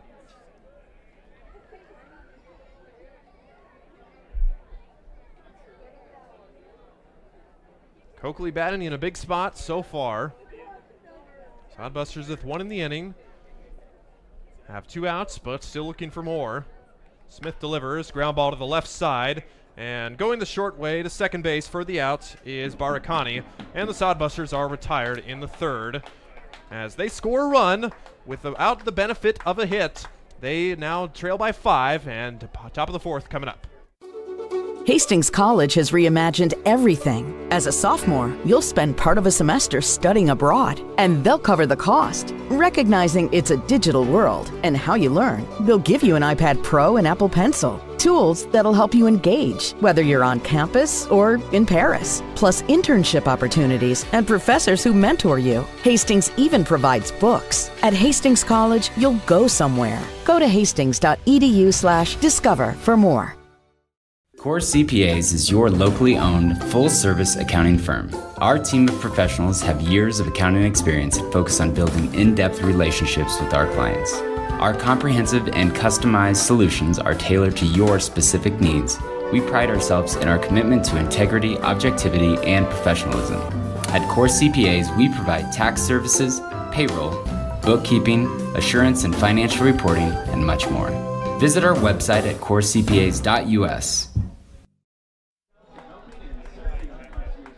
We're back at Duncan Field, where the Sodbusters, down 5 runs, 8-3. They will send Tex Cook back out to the mound for inning number 4.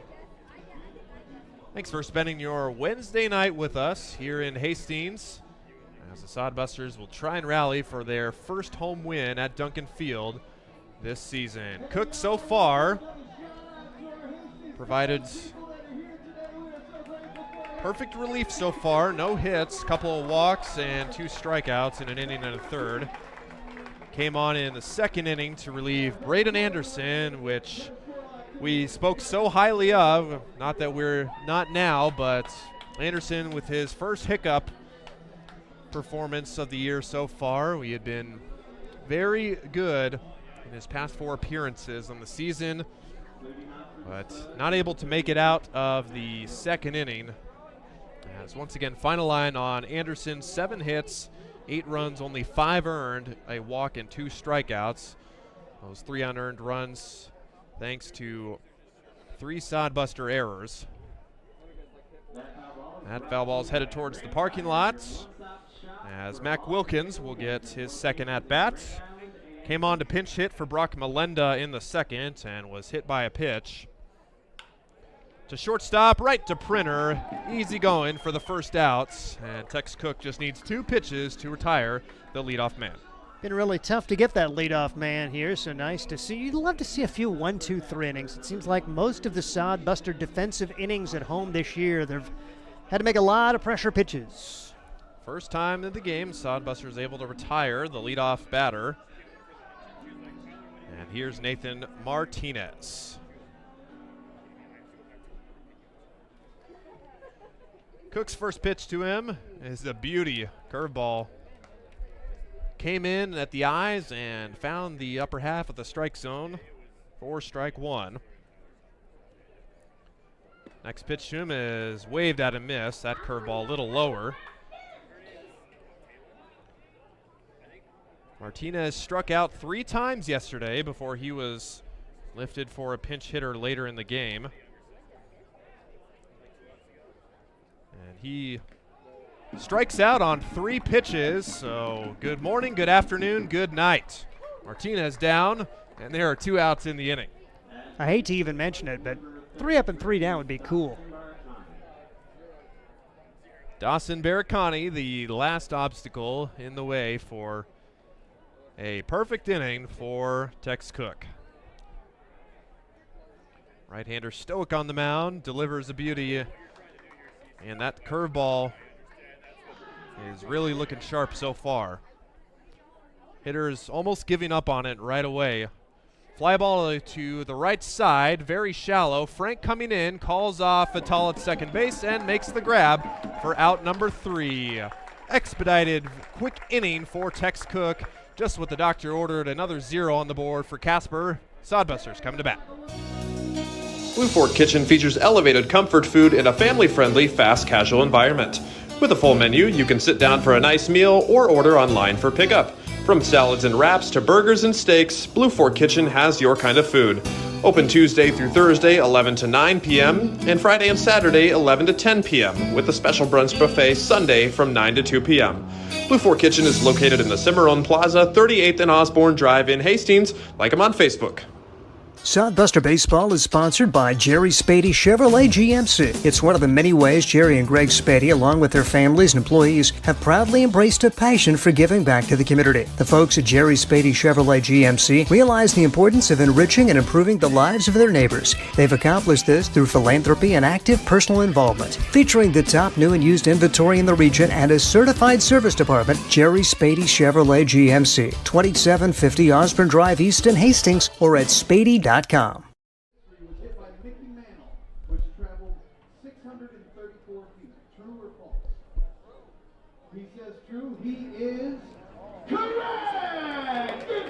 Baseball trivia there for you. According to our PA, Jason Frew, if you didn't hear, Mickey Mantle allegedly hit the longest home run, which, did I hear that right, 634 feet? It's a long ways. No, the ball was a lot different back then. Yeah. So.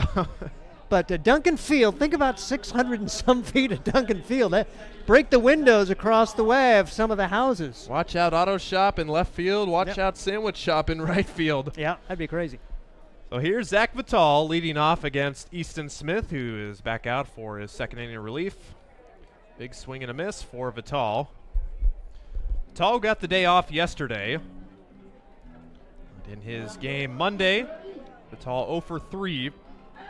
So still looking for his first hit in the series. Had a great series in Oahe where he went 6 for 11 and had a multi-hit game in each of those games out there in Pierre. 0-1 pitch inside for ball 1. 1-1 to Vitale. Another picture-perfect night at Duncan Field.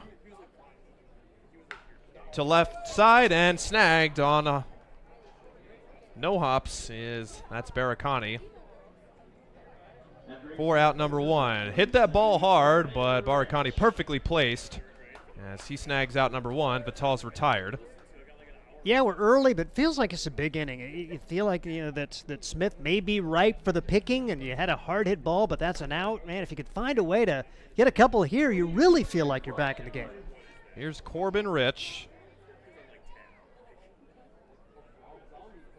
Rich has played in both games. Monday had a pinch hit appearance and walked in that appearance. And yesterday, 0 for 3, hitless.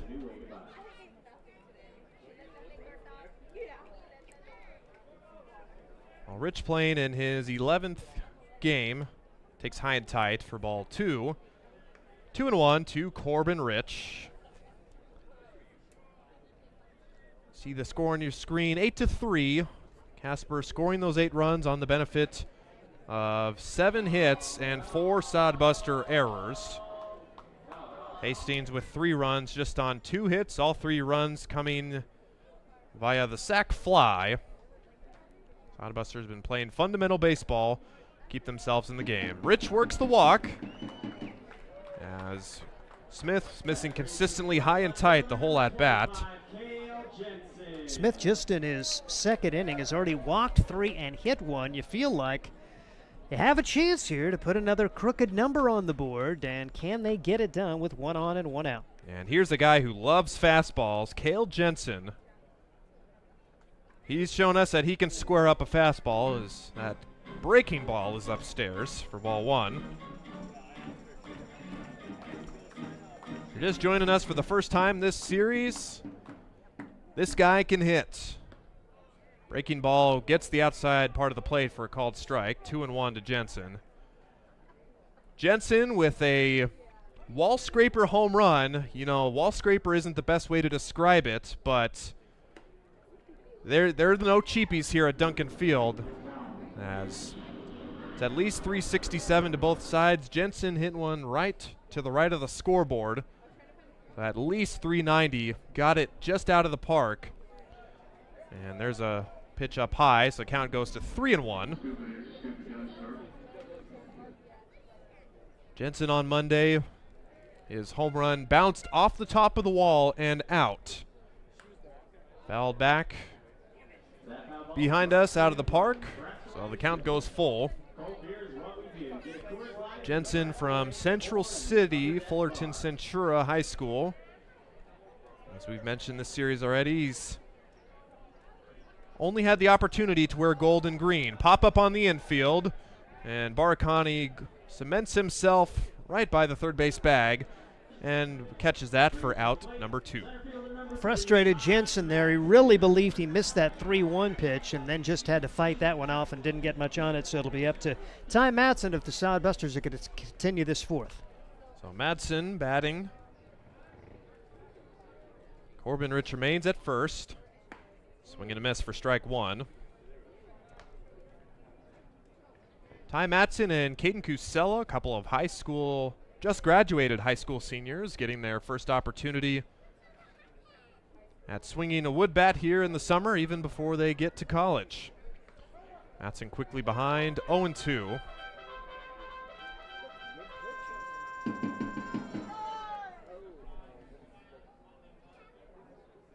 And here it is.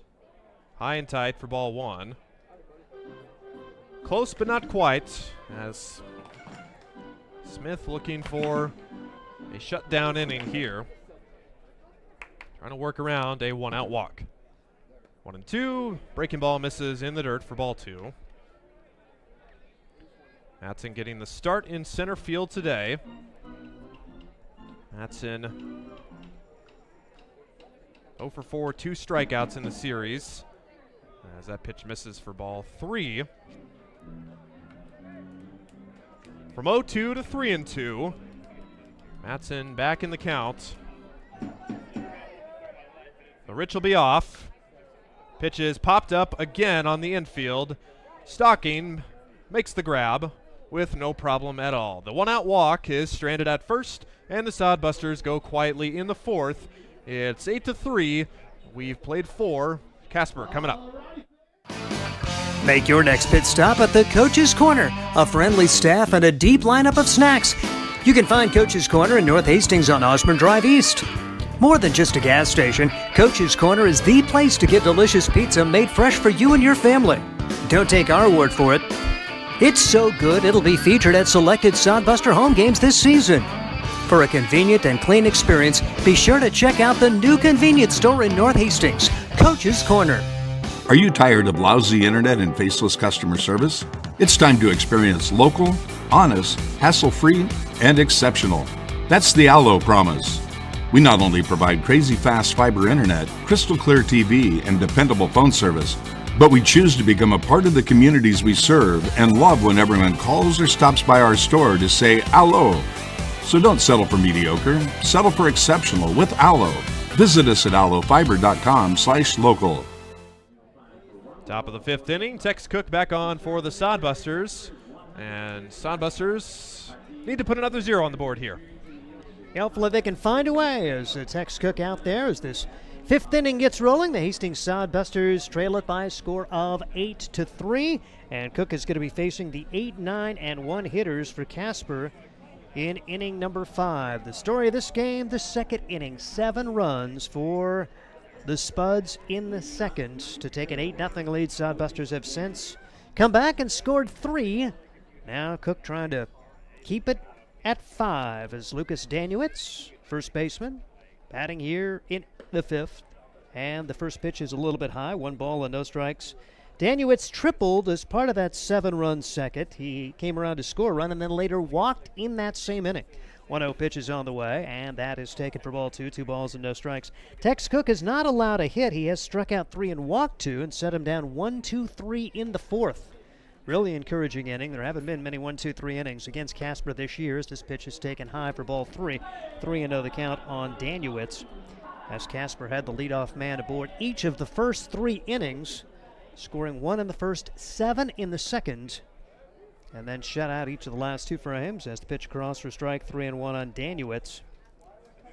Hasn't played much this year, but he's had some decent outings against this Hastings Sodbuster team. 3-1 pitch and swung on and missed. 3 and 2 on Danuitz.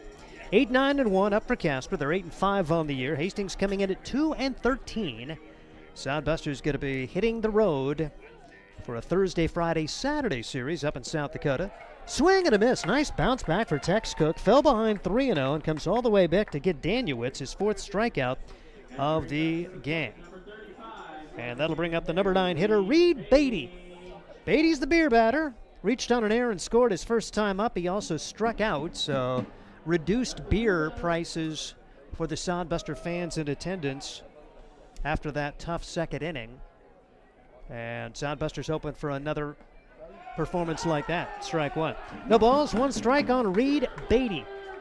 Beatty, Texas A&M Kingsville, his home college, 176 on the year, playing in his 2nd game against the Sodbusters. Takes this inside. Did it get a piece of him? He thinks it did. I don't think a Sodbuster thinks so. It looked like it bounced off the glove. I don't think the Sodbusters believe that happened. Tex Cook looking on, and you had the catcher right there, Marcos Cabranes. Certainly not appreciative of the call. I know the pitch got a piece of the glove of Cabranes, and so a 1-out hit batsman, that'll be the official ruling, as Reed Beatty will take first, and that'll turn the order over for Elijah Reeves. Reeves and Marsick, the 1 and 2 hitters, have been the undoing of the Sodbusters the last couple of games. And for Reeves, he's been on base 3 times. He's scored twice. It's 8-3. Casper on top. 1 on, 1 out. Spuds looking for more. Pitch a little bit low. 1 ball and no strikes to Elijah Reeves, who showed he could do a lot of things. Pitched yesterday, an inning and 2/3. Allowed only 1 hit, struck out 1, and walked 1. So they put a position player in there to try to eat up some innings after they took a double-digit lead. Reeves takes a strike here. 1-1 the count on Reeves, with Marsick waiting on deck. 5th inning, Sodbusters on the short end of an 8-3 score. Here's the pitch. And that's missing for ball 2. 2 balls and a strike on Elijah Reeves. Top half of inning number 5 with the Sodbusters on the short end, 8-3. And that pitch is a little bit inside. And so it was a 3-0 count to the first man of the inning, Lucas Daniewicz. And Cook came all the way back to get him. He jumped ahead of Beatty, but then hit him, and now he's 3-1 on Reeves, and the pitch inside for ball 4. Boy, you're just asking for trouble, because now you're getting to the 2, 3, and 4 spots of the batting order here, and Tex Cook going to have to battle against Matthew Marsick, who is red hot. There's going to be a visit here to the mound as Corey Caranda is going to come out and talk to his right-hander. So Caranda will come out and visit Tex Cook. There is action in the Sodbuster bullpen. A right-hander is warming for Hastings. Sodbusters, an 8-3 score. And we'll try to check the number of that guy in the bullpen for the Hastings Sodbusters. As mound visit to Tex Cook. Little sidearm action in the bullpen for the Hastings Sodbusters, and we see Luke Wenzel warming up. So Wenzel is getting ready to go. He would be the next Sodbuster pitcher.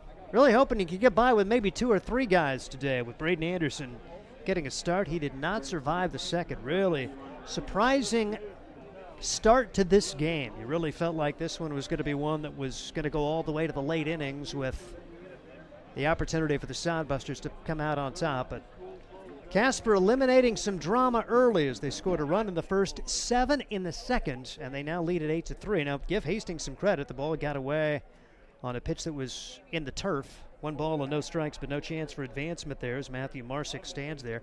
Sodbusters have battled for 3 since that time, and they trail at 8-3. Put another 0 on the board here, get a couple of more runs. You feel like you're right back in it, but it could all be for naught if you give up a crooked number here. 1st and 2nd and 1 out. The pitch is a little bit low, 2-0 to Matthew Marsick. 5 for 6 yesterday, 2 for 3 today. He scored a run, he stole a base. Top of the order continues to be really tough against this Hastings Sodbuster crew. Tex Cook brings it home and misses. 3-0 the count now on Marsick.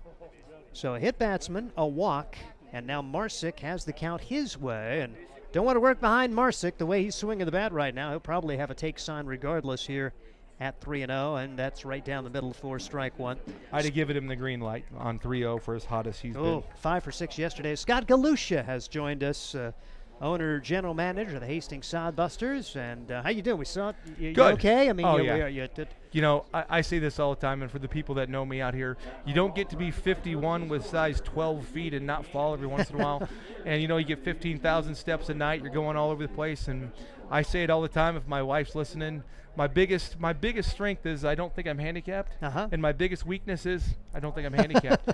And so sometimes I forget I got to be careful, and unfortunately that happens. But the cool part about me is, you're old enough to understand what a weeble is, right? Yes, no matter what wobble and they don't fall down. I fall down, doesn't make any difference. Just hop up and get going. Get going again.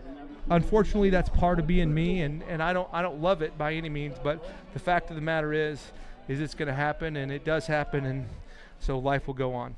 As Matthew Marsick did line out to left field. Good job for Tex Cook to come back. He's battled back from 3-0, 3-1 counts this inning to get a couple of outs. First and second, 2 outs now for Chase Burke, as Burke struck out his last time up.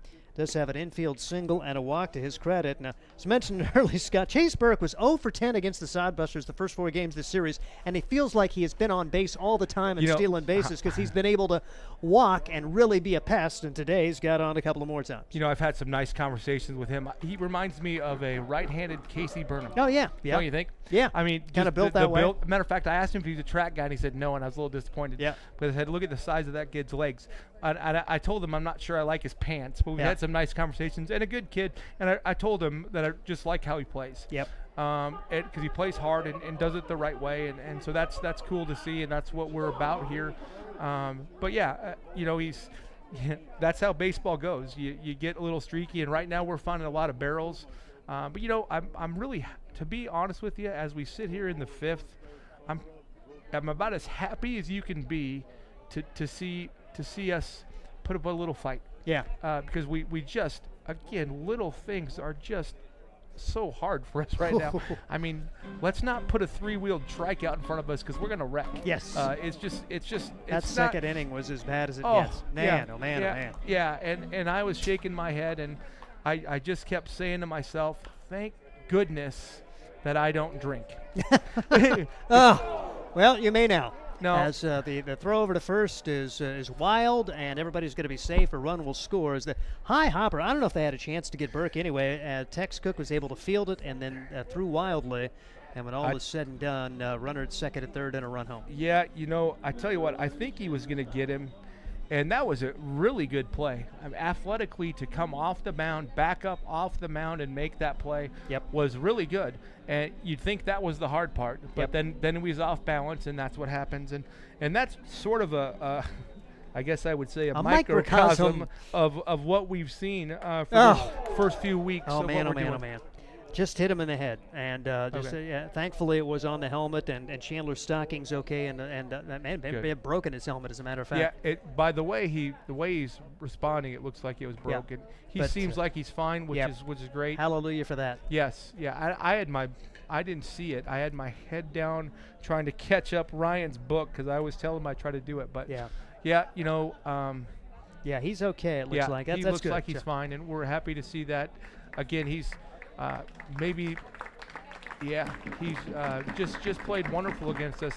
I've never seen him play before these 6 games with us, but he's done a tremendous job.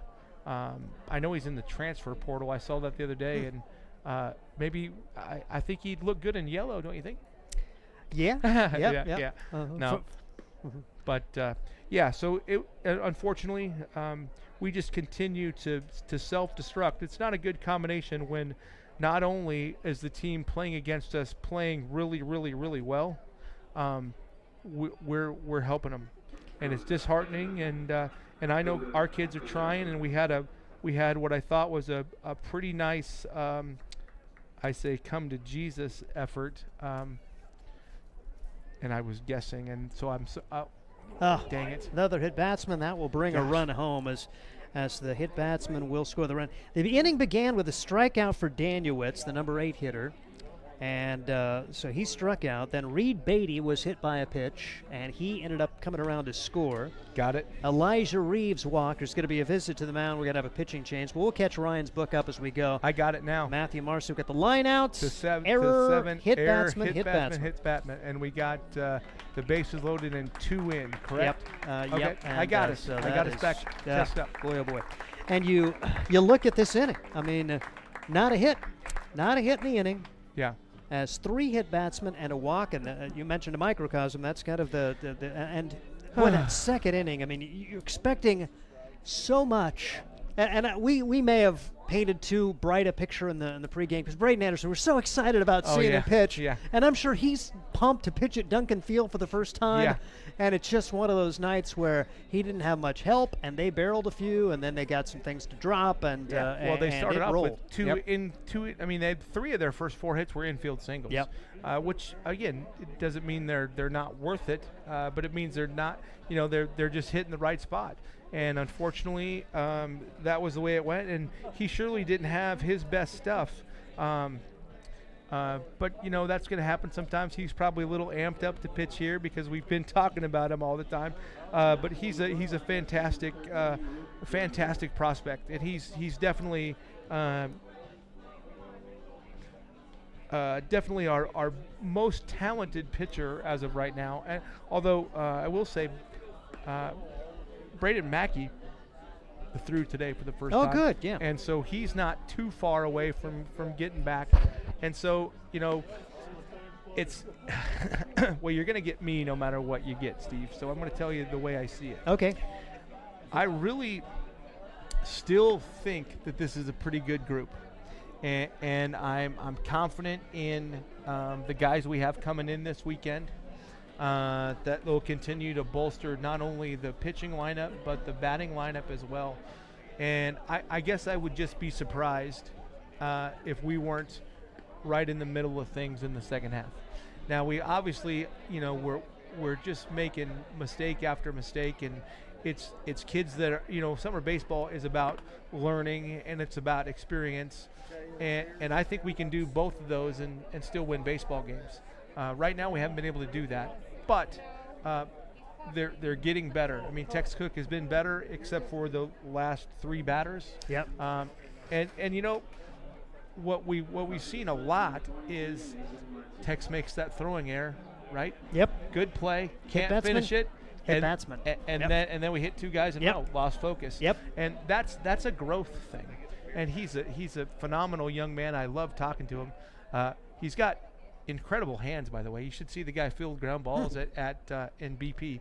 Not quite as good as me, just kidding. But he does a nice job. So but those are the emotional growing pains that we have to have too.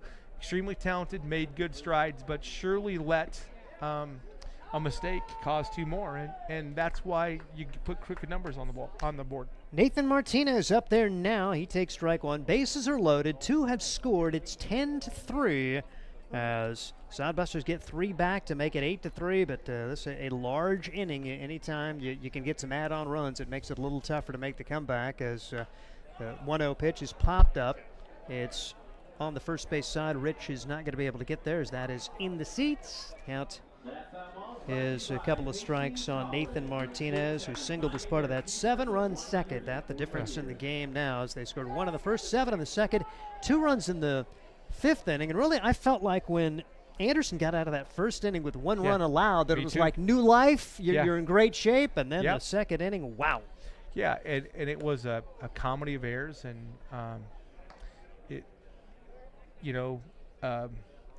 it's mental now for them, and they're trying hard, and nobody feels worse than the guys wearing yellow out there. They're disappointed, and they know they're more talented than that, and that's.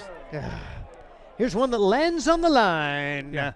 So, and there's a 2-run single, and 2 more come across. It is now 12-3. Nathan Martinez with 2 strikes somehow. And wind blow, and actually no wind now, so it was kind of blowing toward foul territory, but that is a perfectly placed ball on the line that plates 2. It's a great pitch. It's on his hands. Yep. He fists it off, does a good job at putting the ball in play, and that ball falls on the line. 2 nights ago, we hit a ball like that the first baseman's in the way and the game's over. If we hit the line, we get a win. And so you make your own luck, but surely we've got the best of no world right now. Not only are we making mistakes, we're not getting any help either, and it's just unfortunate. And nobody's more disappointed than me. These are my guys, and I'm proud of them, and I'm going to stick by them through hell or high water, I guess is what I like to say. And they hit batsman, by the way. Well, that's why we were. That's why I did my frustration little deal. So that is the 4th hit batsman of the inning, between 2 relief pitchers now, and the bases are loaded again. 5 have scored. It's 13-3. This is the 11th man. So they had a 13-player inning in the second, and now the 11th man to bat here as Reed Beatty bats for the second time in the inning. He was hit by a pitch. Yeah. Well, I don't even know what to say, except for I like my guys, and I'm disappointed for all these people out here. Another great crowd out here. So we've got all kinds of support, and our kids are just trying too hard. That's foul. Yeah, and the bat came flying out of the hands of Reed Beatty, and thankfully everybody able to get out of the way as it landed in the air beyond third base in foul territory. That was about 100-foot. Yep, about 100-foot bat throw. Little hammer throw. If baseball doesn't work out, Reed Beatty to get that hammer throw going. Absolutely.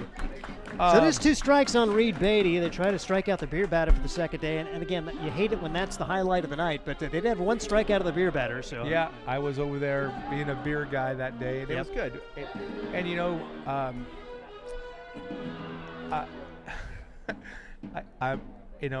My wife would say, I'm not sure Scott's ever been at a loss for words, but I don't know what to say. Except for I say thank you to everybody that comes here. That's one of the things that I know our fans like, and they continue to support us no matter what we do. And again,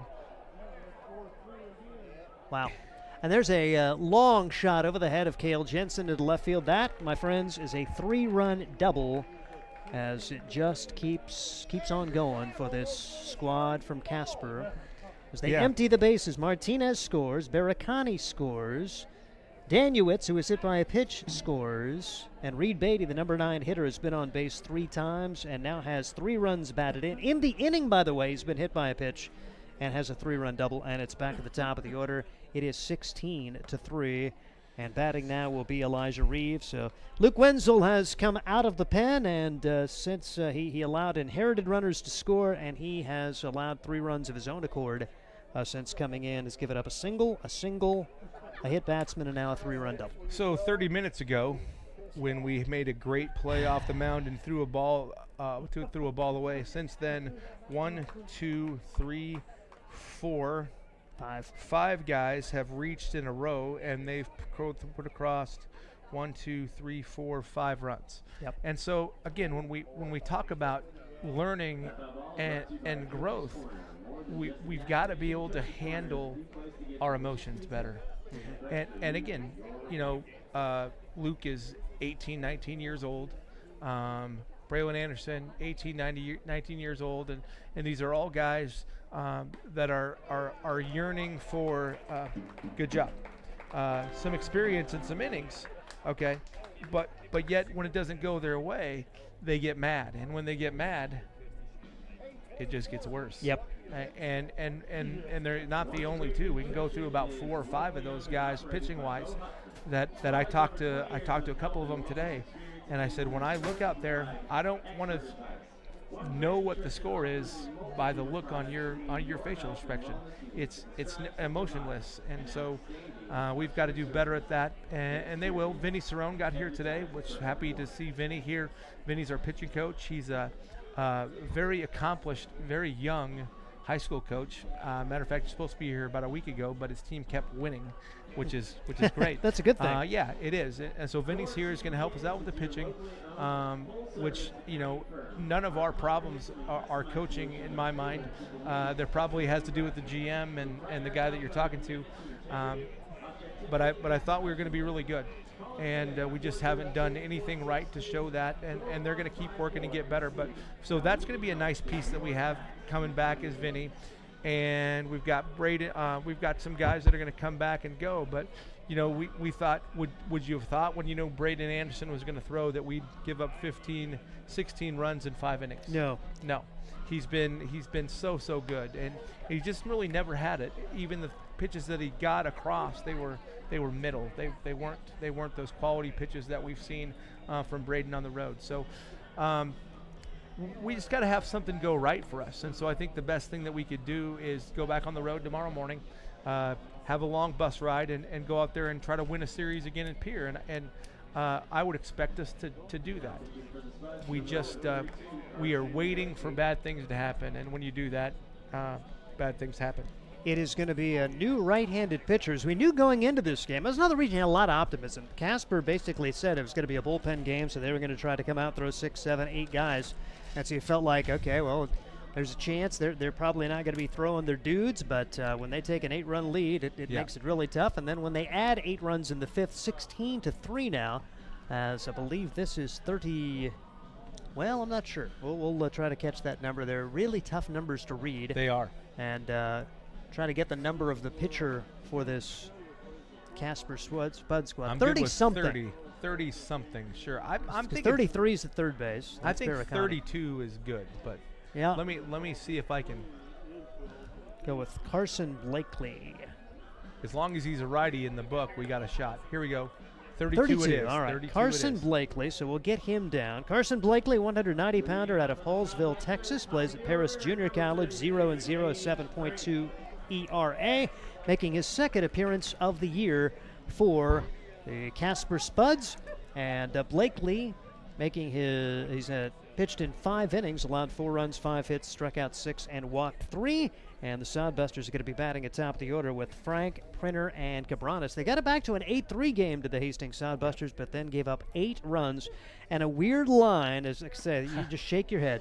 Tex Cook goes 3 innings, did not allow a hit, gives up 5 runs, 3 walks, 4 strikeouts, 3 hit batsmen, and that 1 error leading to the 5 unearned runs as a bouncing ball from Gage Frank fielded cleanly. Barricani's been solid at third base since coming in today. There's 1 up and 1 down here in inning number 5. Sodbusters trail at 16-3. Steve Stein, Scott Galucci. All right, Steve. So in the last 10 days, when I've answered questions about my baseball team time and time again, I have never used the phrase statistical anomaly more. I mean, that just doesn't add up. Like you just said he pitched 3 innings, didn't give up a hit, and he gave up 163 runs and hit 9 guys. And I don't even know. I mean, I don't even know what to say sometimes. Yep. And but again, here's what I will say: it's not going to change until we start playing together. And instead of pointing fingers, okay, and when. I saw a couple of our guys, and I surely won't say who they were, but I'm going to talk to them after the game, is we made a couple mistakes early, and we saw a couple pointing fingers. And that's just not good enough. We win as a group, and we lose as a group, and that's how it's going to be, and we're going to do it the right way. And believe me, I hate losing way more than I like winning. Okay, but we're going to do it the right way. When I put my name to anything, we want to be respected because we play hard and do it the right way. And I have yet to fault our effort, but there's a couple little things that I saw today that we're gonna address after the game, and they're gonna get better, and I think they will, because they are good kids. They're quality baseball players. Just everyone is playing bad right now, and that makes it pretty hard. Josh Printer hit by a pitch. Marcos Cabranes trying to keep it going here in this 5th inning, 16-3. Casper on top of the Hastings Sodbusters under GM Scott Galuccio. This is Cabranes, lines this one to left field for the base hit, and the Busters have runners at first and second and only 1 out with Jones and Coakley to come. That's one of the things we talked about today. So, again, as I make notes on things that we're going to talk about, he didn't try to do too much there. He just tried to find a barrel, and he did that. And so that's what you got to do at Duncan Field. I got off the phone today talking to one of the coaches, and I said, hey, it's the greatest place in the world to pitch. And I told him about our dimensions, and he said, really, that's a great place to hit because you got to go gap to gap and you got to hit line drives, and that's what everybody wants everybody to learn how to do. Ball bounced and hit Nick Jones, so the bases are loaded. And there's been all kinds of opportunities. I mean, Casper, Easton Smith handed Hastings an opportunity, and Casper has taken advantage of the opportunities handed them. Sodbusters have 3 on the board, but you think, man, it could be a lot more. Still only 2 hits here in the bottom of the 5th. No, and we've had plenty of chances, and so just I like the fight again. You know, you could easily quit here, but so I know that they've heard me say we're going to play hard and we're going to work as hard as we can as long as we're here, and that's what we're going to do.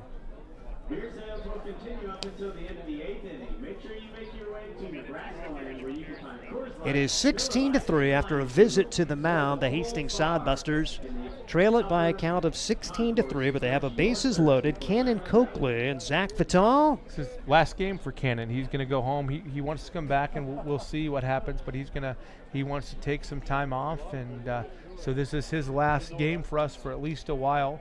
He's to be missed. He's a really talented guy. It was nice to see him get around on one Monday, hit a hard ball to left field. Like to see that again. He had a double here today. It's pitched low into the dirt, but no chance for advancement. You know, and that was a nice bounce back inning. You're down 8-0, and you saw Jones reach on the air, and then Coakley follow that with a double. You get sac fly, sacrifice fly. All 3 runs coming on sac flies. Really fundamentally, you've done a nice job in getting the runs in this game. Well, this is by far the best game we've had in terms of quality outs and understanding situational hitting. So here's a pitch that's over the head of Coakley. It was too bad to have the runners advance as it hit the backstop off the bounce, and great hustle back there for Wilkins to make sure that nobody came hose. Printer in third, Cabranes at second, and Jones at first. And we haven't made any luck for ourselves, but if that was them, it would have ricocheted off something and ran down the left or right field run and probably scored 2. Yeah. Yeah. So 2-0, takes sign probably on here, and that's low for ball 3. And so Blakely's come out, and like I say, given the opportunity, hit batsman, single and hit batsman after the initial ground out from Gage Frank to open the inning at 16-3. Casper on top. Hastings trying to get a crooked number on the board themselves. Pitch across for strike. All right, now this is what we talked about a little bit today with Cannon. So we're hoping to see this here. We talked about just because you can hit it doesn't mean you should. And so I want him to, if he goes at something here, I want to see something hard somewhere. Hit your pitch. 3-1 pitch on the way, and that's a bouncing ball to the left side, and it's off the glove of the shortstop into left field for a base hit. 1 run will score. Here comes Cabranes home, and it's a 2-run single and a little nice bounce for the Hastings Sodbusters as Coakley comes up with a 2-run single, so he's got himself a 2-hit game and a couple of RBI. Yeah. Now, obviously we like the single, but we'd like to hit a ball a little harder than that on a 3-1 pitch like that. He's kind of jammed himself, but he hit it in the right spot, which is good. We need some of those to go our way. So good job, Cannon. Way to go. And again, another nice answer after just an atrocious top inning for us. But I like the fight.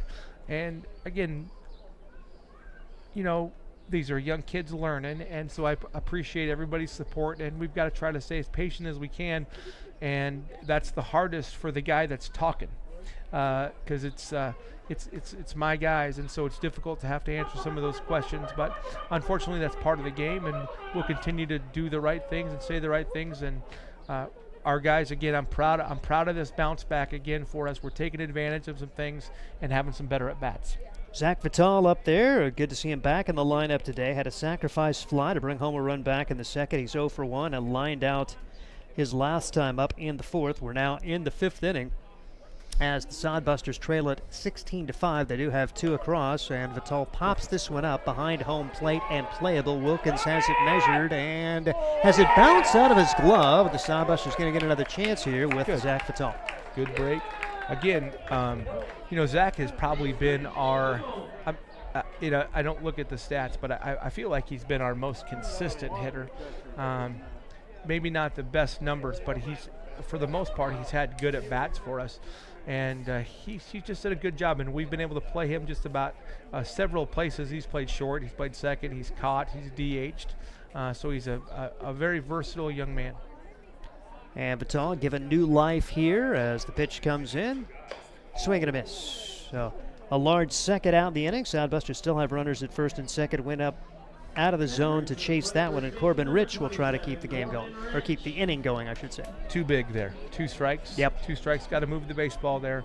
And, that ball's hard to lay off that high one, but we've got to have better plate discipline there. And Corbin Rich, who had a sacrifice fly, his first time up, also walked 0 for 0 on the day with a run batted in for Corbin. First pitch swinging and fouls it down the right field line and unplayable. No balls, 1 strike on Corbin Rich. Steve Stein, owner, general manager Scott Galusha here in the bottom of the 5th inning on a tough night for the Sodbusters. Hastings College Night, a new sponsor for the Sodbusters this year, and nice to see a lot of the Bronco faithful in attendance. Yeah, it's been a really good crowd. Molly Johnson and her staff has done a really good job, and we're happy to have them be part of our program now too. So we're great to see that.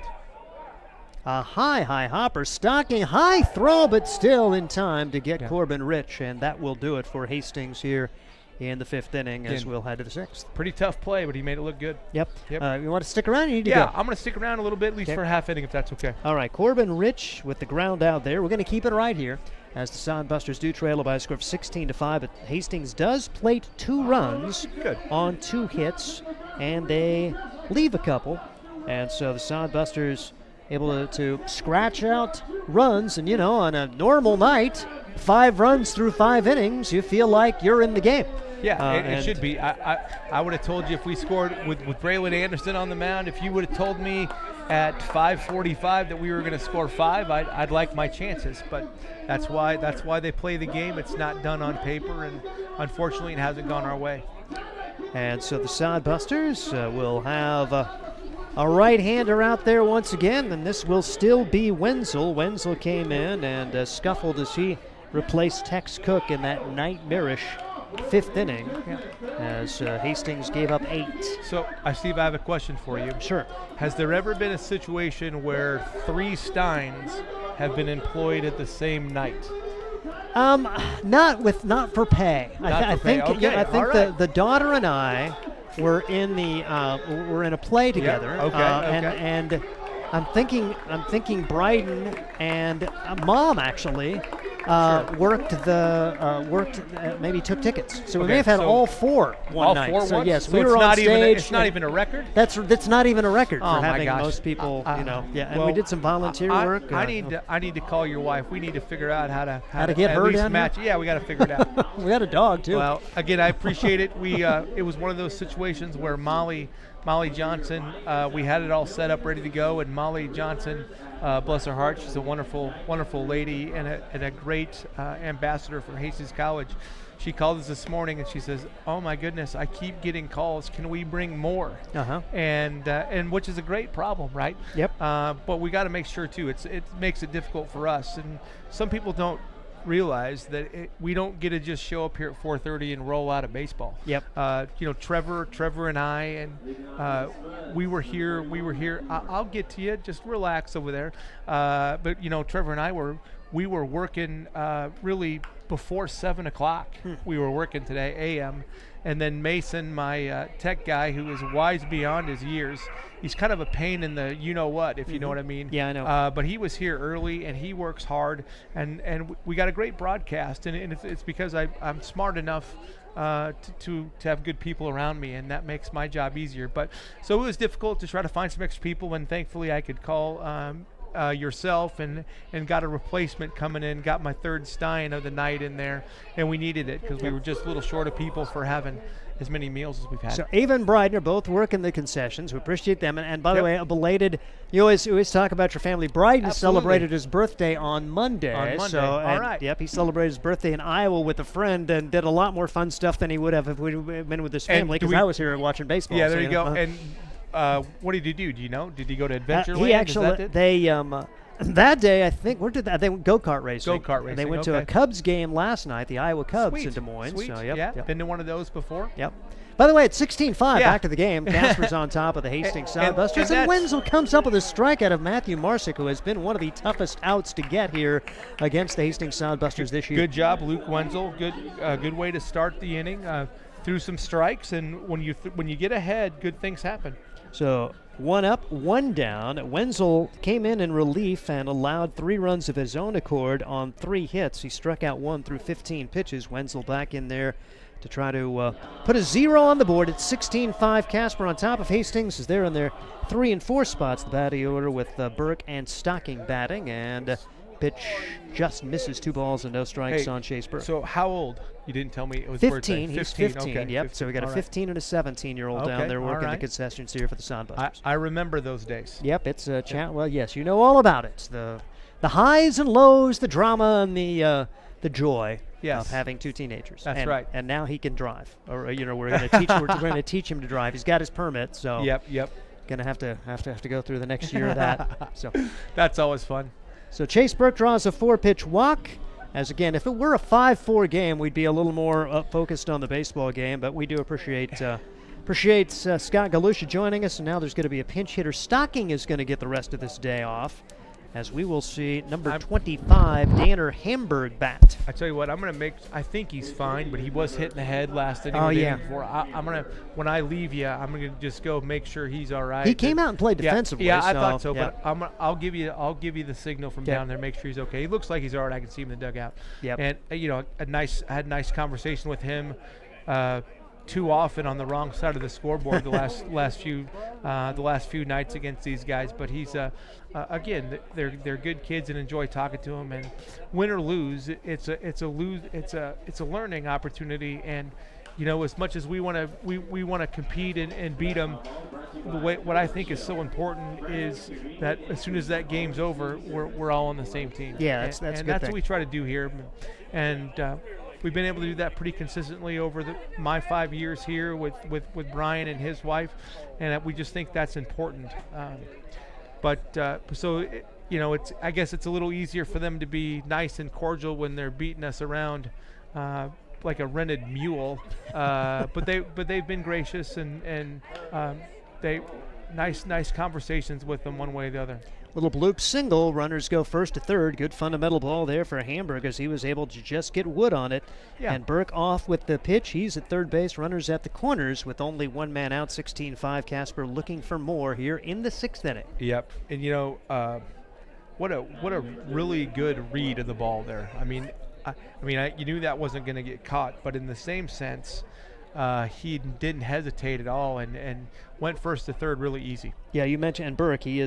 He's continued to be the pest. Yeah. Walks again this inning. So it's like I say, he's had only 1 hit against the Sodbusters this year. He's in the 5 games, only 1 hit. But today, walk, reach on an error, walk. He's scored twice, and he's knocked in a run with an infield single. Yep. So just been difficult to deal with for sure. Yep. And he's now at third base. Here's a pop-up on the right side of the infield. Somebody make a play. Vital gets underneath that one. 2 outs in the inning. And now throw back to third, and just had to step on the bag, but safe. I don't think he was tagged at all, but so they didn't have to have a tag. They just had to get the force play, but apparently he was able to just beat the throw. Nice decision there for Vital to realize Sure. Burke was off of third. Good throw. Okay, so this is 20. This is a new hitter, 20. That's for 23, is that right? Yes. So that was should have been Wilkins, and now it's 20, and this would be Austin Stallwick getting his first opportunity. Austin Stallwick batting for Nathan Martinez. So, and I'm just thankful that there's no re-entry at this level. So you get into you're a softball coach. Yeah. And you want to talk about a nightmare for a scorekeeper. Yes. Oh my goodness. Yeah, it's challenging for sure. And now he just realized he hadn't reported, so he's talking to the home plate umpire, Austin Stallwick, out of Gresham, Oregon, Mount Hood Community College, and he's a two-way player. He pitches and now is hitting. He's hit in 3 games, 1 for 5, and he's actually had 3 of those 5 at-bats against Hastings. He's 0 for 3 in 2 games played, getting an opportunity here in a third contest against the Sodbusters. Austin Stallwick, number 20. Yeah, that gets a little messy in softball. It took me several years to figure that out. Yep. And I don't know why it has to be so different. And then they have the flex player and that whole thing. And you have to have a minimum of a 4-year degree plus extra hours to be able to manage that correctly, because there's so many weird rules with it. Yep. But yeah, so now I'm. Stallwick, welcome to the game. You haven't been a part of this game unless you've been hit by a pitch. So, so Stallwick is hit by the pitch, and bases are loaded again. And I haven't got I'm a stat guy, but I cringe to think how many times the bases have been loaded in this game. It's 16-5 in the 6th inning, and the bases are loaded again. So, well, we've had him 3 times, right? Yep. 3 times, I think. Yeah, and boy. Yeah. Now here's Baracani, who Again. had a single and a run batted in and a run scored 2 his outs. last time up. 2 outs. Just try to get this 3rd out right here as Baracani is Get had on a top busy there. day. Good things happen when you get on top. A line out, hit by a pitch, fly out, RBI single and a run scored for Baracani. Takes it high and tight, nearly got hit by a pitch. 16-5. Casper's not scored this inning, but they are threatening. 16 runs on 11 hits. Sodbusters 5 runs on 4 hits. A combined 6 errors in the game, and the beauty of a pitch right there. Now you're 1 strike away from getting out of it. You can tell that why Luke hits guys. I mean, he even starts on the first side, but he's throwing it from behind the hitter, and when he releases it, it's gonna break. Line drive center field and caught by Matson. A 0 on the board, wait baby. a second. I thought I saw your reaction like you weren't quite sure that was going to happen. You got to have some. I got to change your mojo a little bit. Hey, man, after the way this game has gone, I understand. Nothing is routine. I understand. And that was not on video. I am allowed to just say a little prayer. That I'm thinking, oh my goodness! Yeah, I oh my love Lord, it. catch it! Just catch it! Please catch it! I wish Mason was gonna set up a preset for our screen to turn it around to us every once in a while. Yeah, I don't need Man, that. I would have loved that. Yep. Yeah. Hey, I like it. But see, I got to change your mojo, Yep. see, because here's the deal. You should have heard my pregame. Mason asked me what the percentage, what percent of a chance did we have to win today? I said 69% because we got our best pitcher on the mound. Yeah. I was all optimism until Sure. until the touchdown in the 2nd inning. Yeah, So get I off agree. me, Galusha. No, I got you. It was one of those things where I saw it out of the corner of my eye that you looked terrified what was going to happen. Yep, yes, you're darn right I Hey. did. Did you see the 2nd inning? I happened Do you to see how many errors the Hastings Sodbusters have on the board? Quit doing your job so well. I can see the numbers. I don't need you to tell me in my How many ears. errors do we have and how many hits do we have? I understand. You're right. But it's got to start somewhere. So Okay, we've got to all be right. positive up here. I was. Yeah, no, and again, fans, I love my guys, and this is my happy place to come. Still, is it really now? Even after this, even it after was. I physically and mentally assaulted you. But that's why I love this. And you know what? I think we're gonna score it again. We're just gonna, I don't know.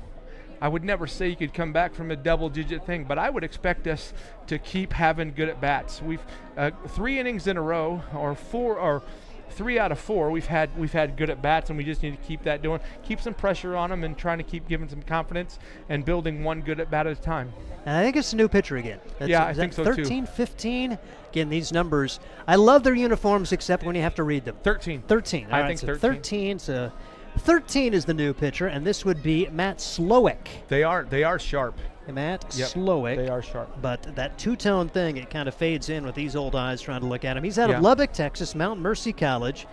A 3.72 ERA, 0-0, making his 4th appearance in 9 innings. He's allowed 5 runs, 4 of them earned. And hey, 7 hits, 6 Ks. The other night when we had our rain delay, which was fun, by the way. Yep. He won a couple trivia questions, and he was so happy because he got a couple scratch tickets. Oh, awesome! And he won $9. He's happiest guy in the dugout. That's awesome. They got $9. It was fun. Yep.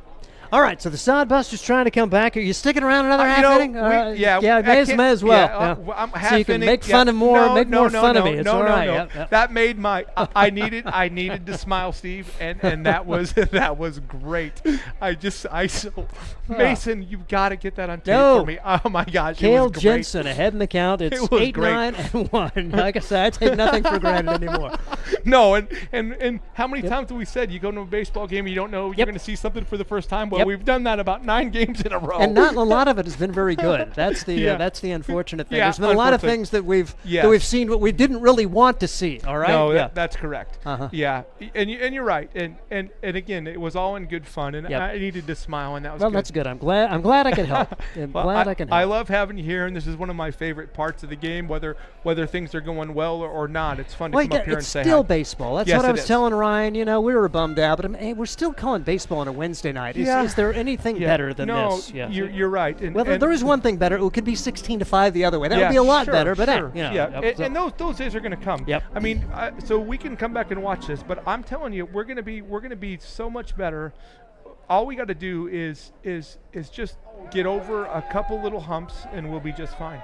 Because they're talented kids, but anytime you try to do things harder, it's usually I like to say try easier. Yeah. Right. Mm-hmm. And they're pressing and they're trying too hard. And when you try not to make mistakes, what happens? Yeah. You make mistakes.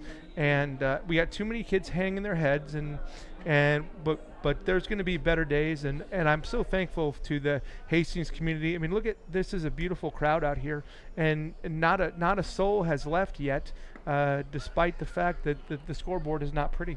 Kel Jensen struck out and reached on a wild pitch. Another thing you don't see very often in college summer baseball, but that happened, and now Ty Matson up there. So runner at first, nobody out. Sodbusters trailing it by a score of 16-5 as they're 9-1 and 2 hitters up there.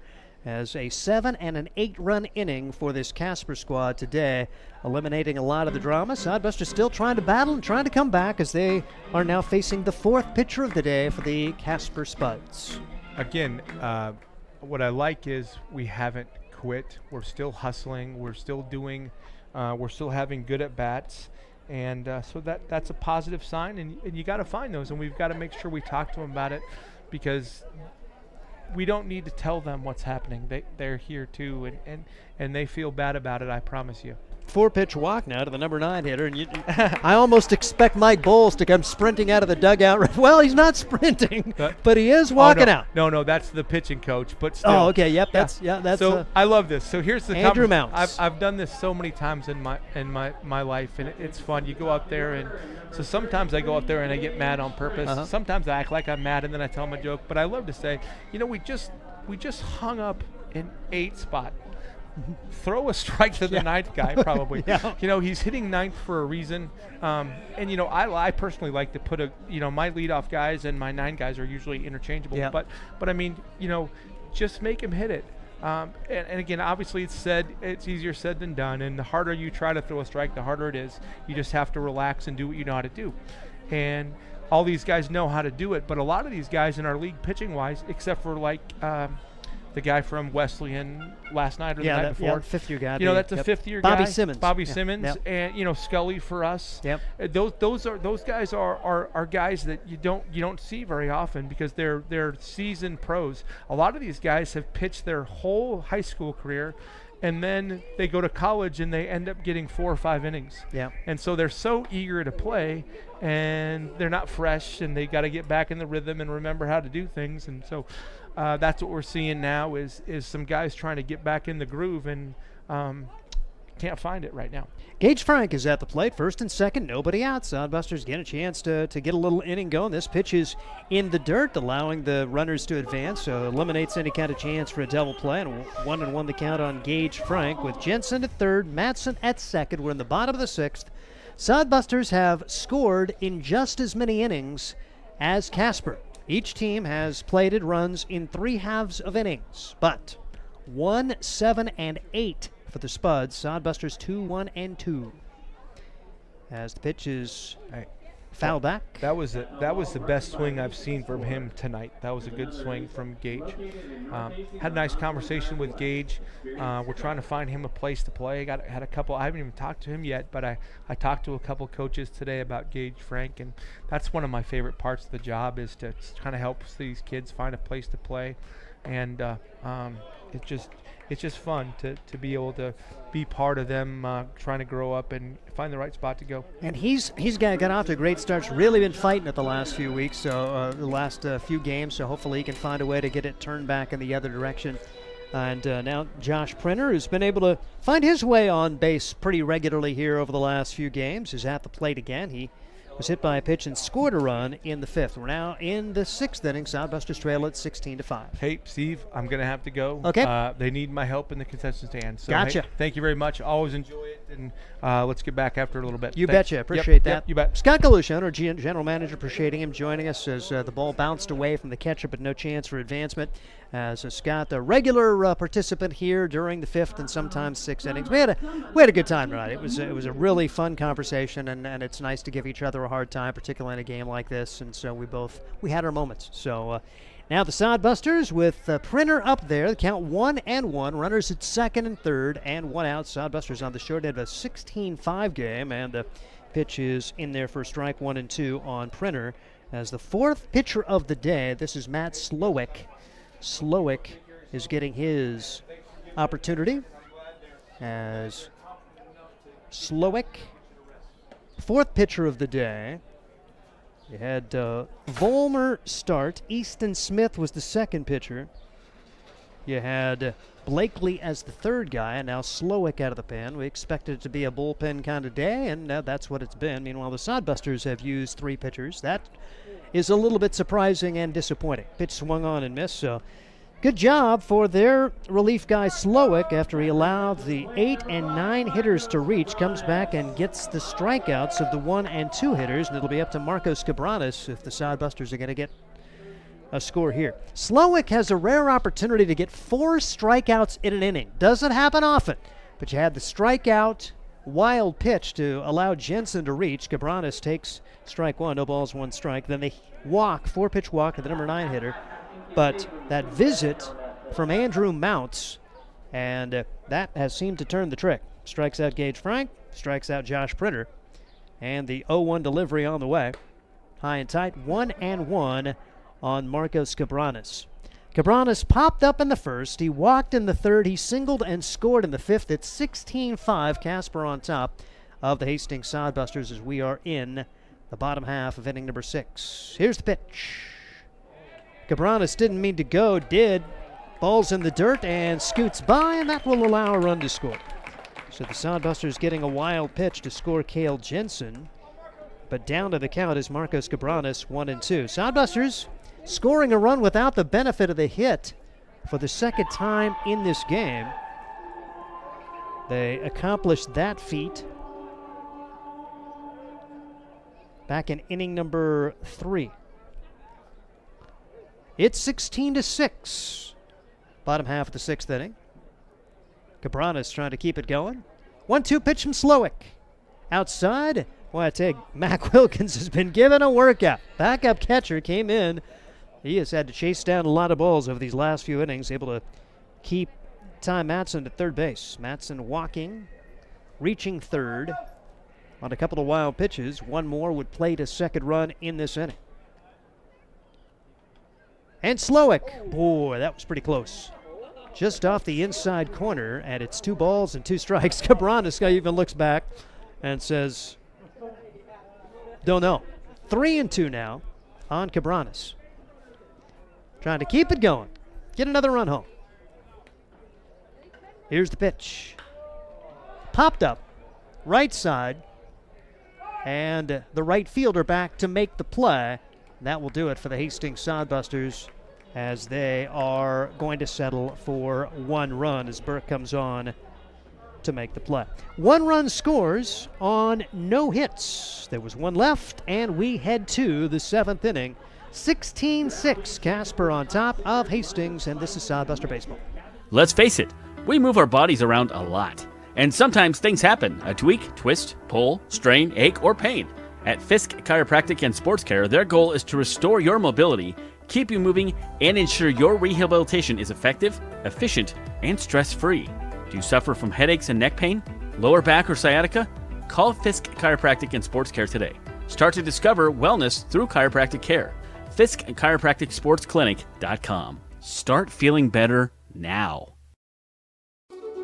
Hastings College has reimagined everything. As a sophomore, you'll spend part of a semester studying abroad, and they'll cover the cost. Recognizing it's a digital world and how you learn, they'll give you an iPad Pro and Apple Pencil, tools that'll help you engage, whether you're on campus or in Paris, plus internship opportunities and professors who mentor you. Hastings even provides books. At Hastings College, you'll go somewhere. Go to hastings.edu/discover for more.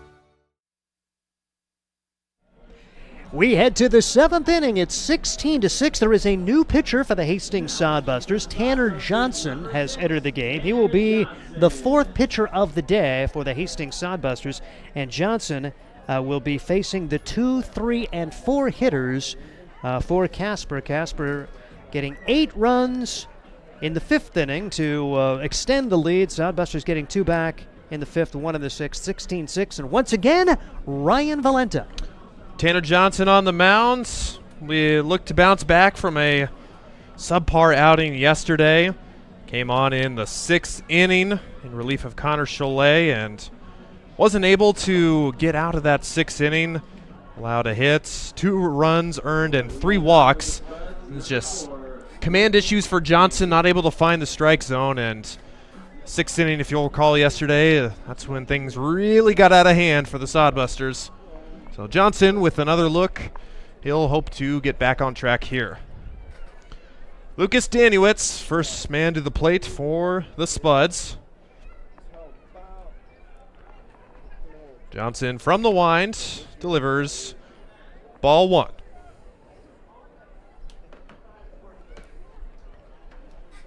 Well, Danuitz, a very nice day so far. 2 for 2. A couple of extra base hits and walks. As pitching's been wild in the past couple of innings. Saw a couple of hit batters for Casper that were up and in and caught a piece of a helmet on a couple of them. Curveball's downstairs for ball 3. So Johnson has missed with 3 straight.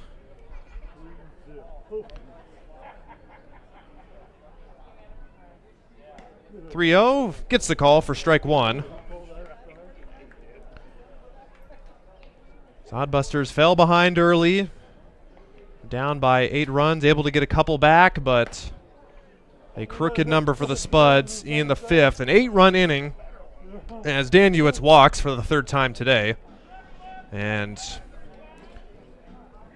Spuds have batted around in a couple of innings, and I'm running out of room on my scorebook. I was going to say, I have to break out a new page. It's never fun when you have 13 men come to the plate, and then darn if they don't do it again, as they sent 12 men to the plate in the 8th inning. That wasn't the most. They sent 13 batters to in the 2nd inning. So Spuds once again, 2 nights in a row, firing on all offensive cylinders. As they put up 15 runs today, 1 better right now, 16 so far, and they still have 3 innings to add on. There's a strike to Reed Beatty. Last chance for the Duncan Field faithful to strike out the beer batter.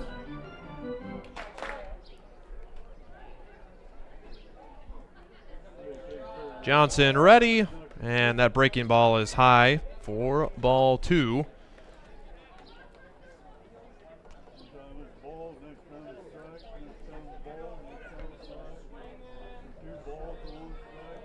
Beatty ready, takes ball 3, as Johnson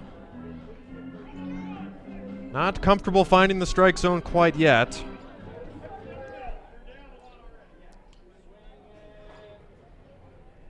.31 is popped up, foul ground to the right side. Will anybody have a play? Just in the dugout, and look out the Spud bench as no one's able to make the play.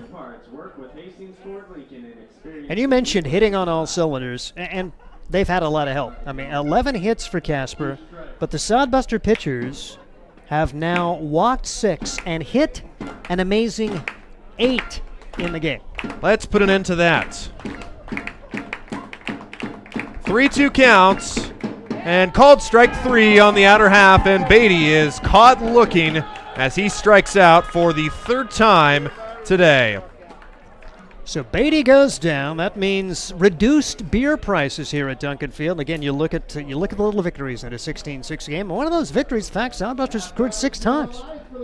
And also worth mentioning, defensive replacement. We have Tyler Welsh playing at first base now. He comes in for Corbin Rich, who exits the game. According to our book, it appears to be the same otherwise. We'll keep you updated if anything changes, but Welsh replacing Rich at first base, and the Sodbuster infield and outfield otherwise appears to remain the same. First pitch, swinging and a foul ball. It's a pinch hitter for Elijah Reeves. Ryan Schmidt, the new batter. Schmidt played yesterday and had himself a day. 2 hits, a single and a triple, and 2 walks in just his 2nd game for the Spuds this season. He comes on to pinch hit and cracks another one up the middle for a base hit. So that is 3 hits in the series for Schmidt, as that 1-out single puts runners on 1st and 2nd. Yeah, a guy from Spokane, Washington, the western part of that state, plays at Yakima Valley Community College, and he has enjoyed Sodbuster pitching as they try to add on here. 16-6 is the score. And then we'll have another pinch hitter now. It's Caleb Simmons taking the place of Matthew Marsick. So Marsick singled in his first 2 plate appearances, and that was it. So he's lifted for a pinch hitter in Caleb Simmons. It's ahead, 1 ball and no strikes, and gets that call on the outside half. Simmons started yesterday. A double and a single to his name with a couple of strikeouts. Simmons already in on the offensive action for the Spuds this series. It's ball too high. 2-1 to Caleb Simmons. And Tanner Johnson missing high with a lot of those pitches so far. Try to settle down and get the last 8 outs for the Sodbusters. Pitch. Foul to the left side. So the leadoff walk is at second base in the form of Lucas Danuitz. Strikeout and a pinch hit single for Ryan Schmidt. He's at first. And the count is 2-2.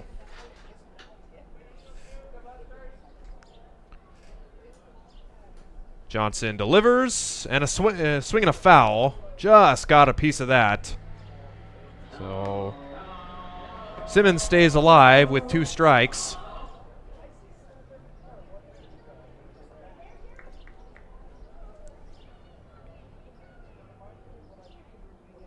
Sodbusters will likely travel tonight to Pierre, South Dakota, once again to face the Oahe Zap this weekend. Casper will have the day off tomorrow before welcoming the traveling-only team, the Nebraska Prospects, into Casper. First, let's finish this game up here, and that pitch just too high. Borderline pitch does not go the Sodbuster way. 3-2 counts with 1 out. Pitch is bounced in there for ball 4. So another walk, 2nd of the inning for Johnson, and that'll load the bases. Mentioned Scott Galusha earlier. I haven't kept track of how many times the bases have been loaded in the game, but oh my goodness, how many times? The sacks are packed. You've got to find different ways to say bases are loaded because it's been loaded a lot tonight. The bags are juice. There you go. For the Spuds. Mm-hmm. We'll write that down. I'll put that one in the box for later. 0-1 the pitch and foul ball. 3 ducks on the pond, Ryan. 3 ducks on the pond. All right, we don't want to waste all of them now, Steve. Okay, sorry. Here's Chase Burke batting in his normal spot. Burke with a first inning single, couple of walks. So Burke 1 for 2. Had to make that 1 for 3.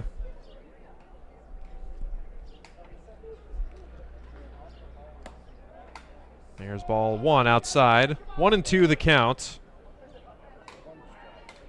So with the exception of Brock Melenda,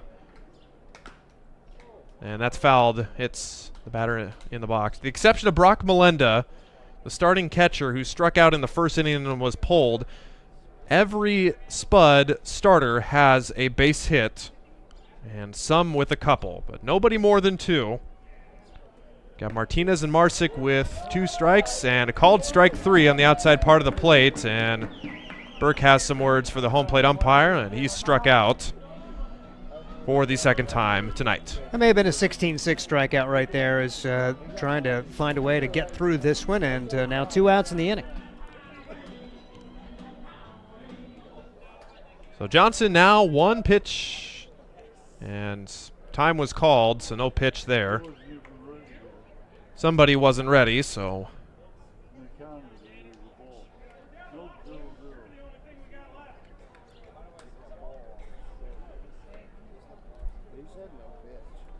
bases loaded now. And strike 1 to Danner Hamburg.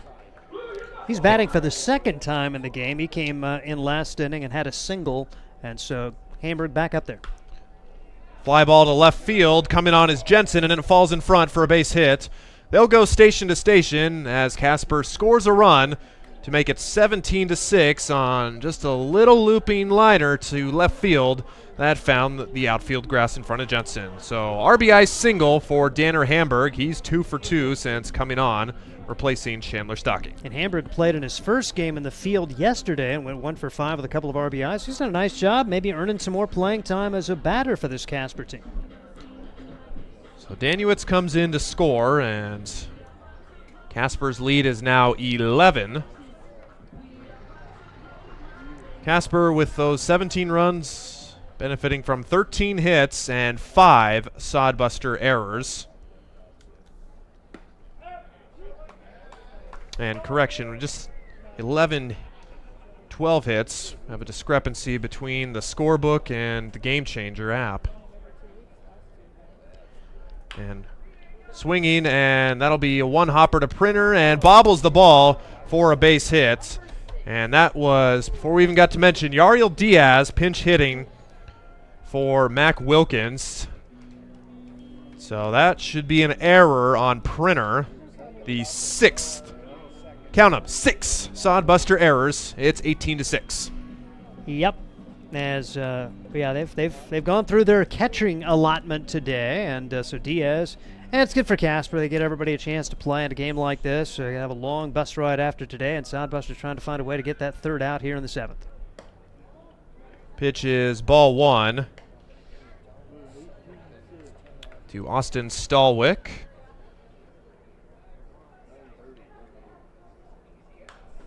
Pitch is fouled off. So Stallwick, first at bat of the day. That would be his, let's see, came in defensively. This should be his 2nd at bat of the day, I believe.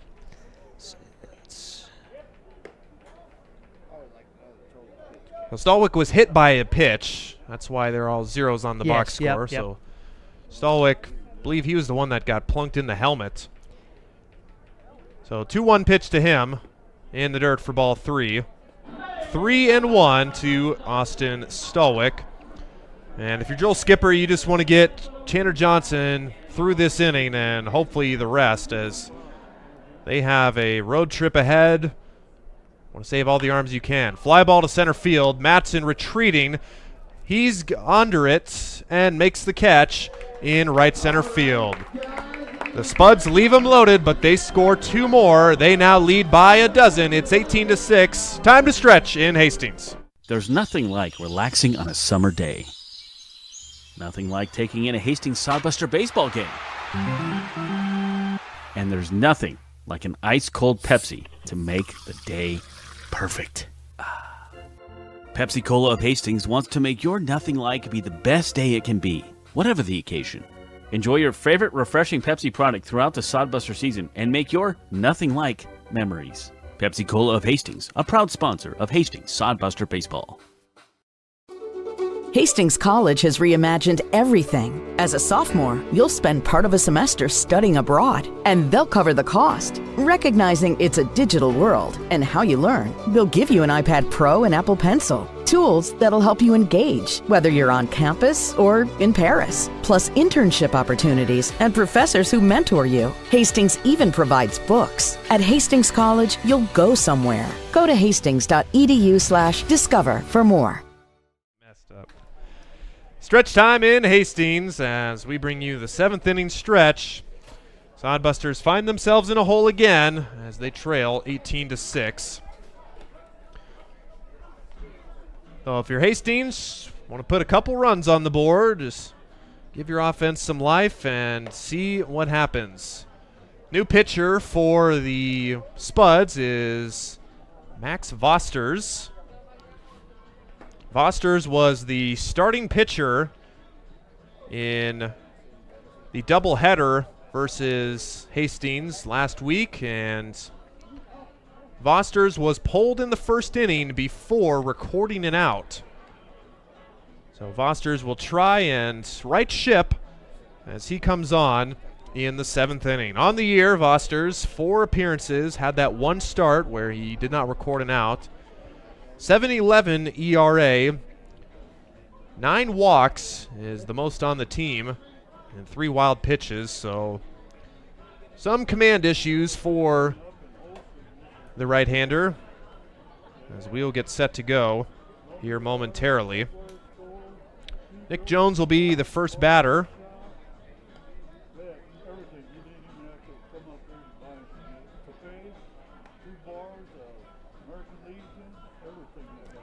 Hastings, I tell you what, they've done a good job offensively of at least coming out and competing. I mean, this game all but over after an inning and a half. I see the Sodbusters scratching out 2 runs in the second, 1 in the third, 2 in the fifth, 1 in the sixth. I mean, trying to at least battle and 6 runs on the board. A lot of days you're at least within shouting distance, but not on a day like today.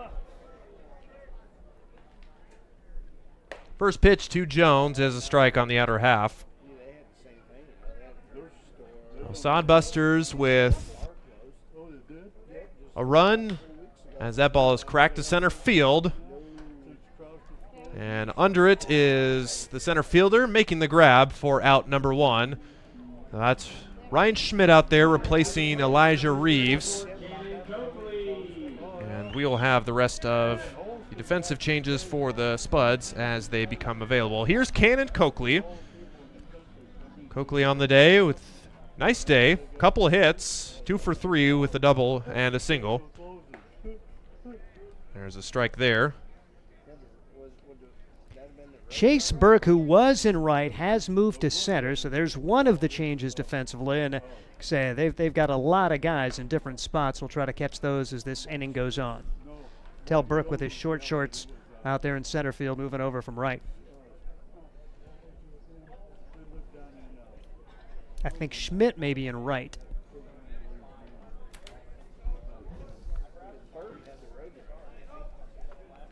So Coakley's ahead 3-0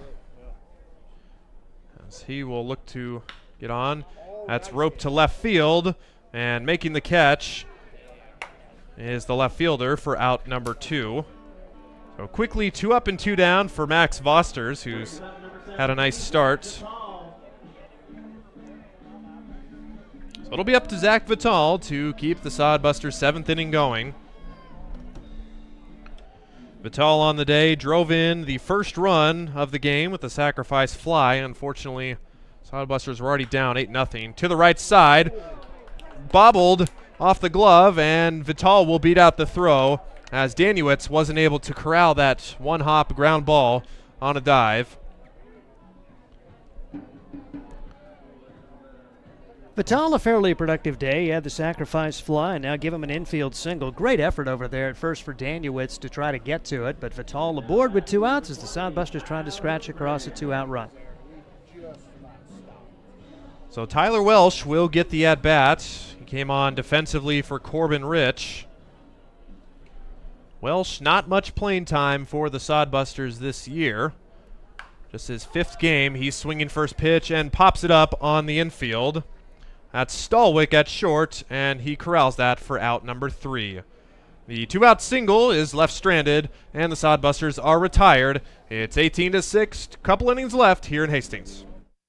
Sodbuster Baseball is sponsored by Jerry Spady Chevrolet GMC. It's one of the many ways Jerry and Greg Spady, along with their families and employees, have proudly embraced a passion for giving back to the community. The folks at Jerry Spady Chevrolet GMC realize the importance of enriching and improving the lives of their neighbors. They've accomplished this through philanthropy and active personal involvement. Featuring the top new and used inventory in the region and a certified service department, Jerry Spady Chevrolet GMC, 2750 Osborne Drive East in Hastings, or at spady.com. Make your next pit stop at the Coach's Corner, a friendly staff and a deep lineup of snacks. You can find Coach's Corner in North Hastings on Osborne Drive East. More than just a gas station, Coach's Corner is the place to get delicious pizza made fresh for you and your family. Don't take our word for it. It's so good it'll be featured at selected Sodbuster home games this season. For a convenient and clean experience, be sure to check out the new convenience store in North Hastings, Coach's Corner. It is Sodbuster Baseball. One of the highlights of the day, the Dizzy Bat Race. Always kind of fun, and 2 people just fell flat immediately in that game. Sodbusters have another pitcher as they will go to their 5th arm of the day. It's Caden Cusella, Grand Island Senior High grad, coming in 0-1, a 4.5 ERA. Was able to work around a couple of hits yesterday in his last outing, worked 1 inning, allowing no runs against Casper. It's 18-6 as we turn it over to Ryan once again. Cusella, one of the two-way players for the Sodbusters. We've seen him at first base in limited playing time. But Cusella just graduated from Grand Island, and he will look to get his first collegiate action in the spring of 2024. And he will be a Hastings College guy, so chance to spend his spring with head coach Joel Skipper and form that bond a little bit farther. So where we stand, 18-6. Casper put up 2 large crooked numbers, 7 in the second and 8 in the 5th, and that pretty much tells the tale of the Game 3 series finale. Cusella ready. And we will have our first batter in the form of Daniel Barakani. Flies to center field. Matson on his horse, racing in, and makes the catch at full speed ahead. And 1 pitch and 1 out for the Sodbusters. It's a good start there for Cusella. He was able to put it over, and Barakani, who's playing third base, flying out to center field as they're batting their 7, 8, and 9 hitters here in inning number 8. And apologies, I don't know why I want to call him Daniel. That's Dawson Barakani. Big D. Let's go with D. There we go. First pitch is a strike to Lucas Danuitz. Curveball misses for ball 1.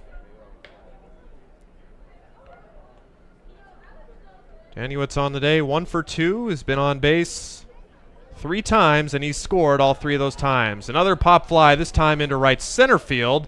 This time Gage Frank motors over and camps in front of that for out number 2. 2 quick outs for Caden Cusella, and a chance for a 1-2-3 innings, something Sodbusters gotten in the 4th inning today, but otherwise been pretty heavy on the bases for the Spuds.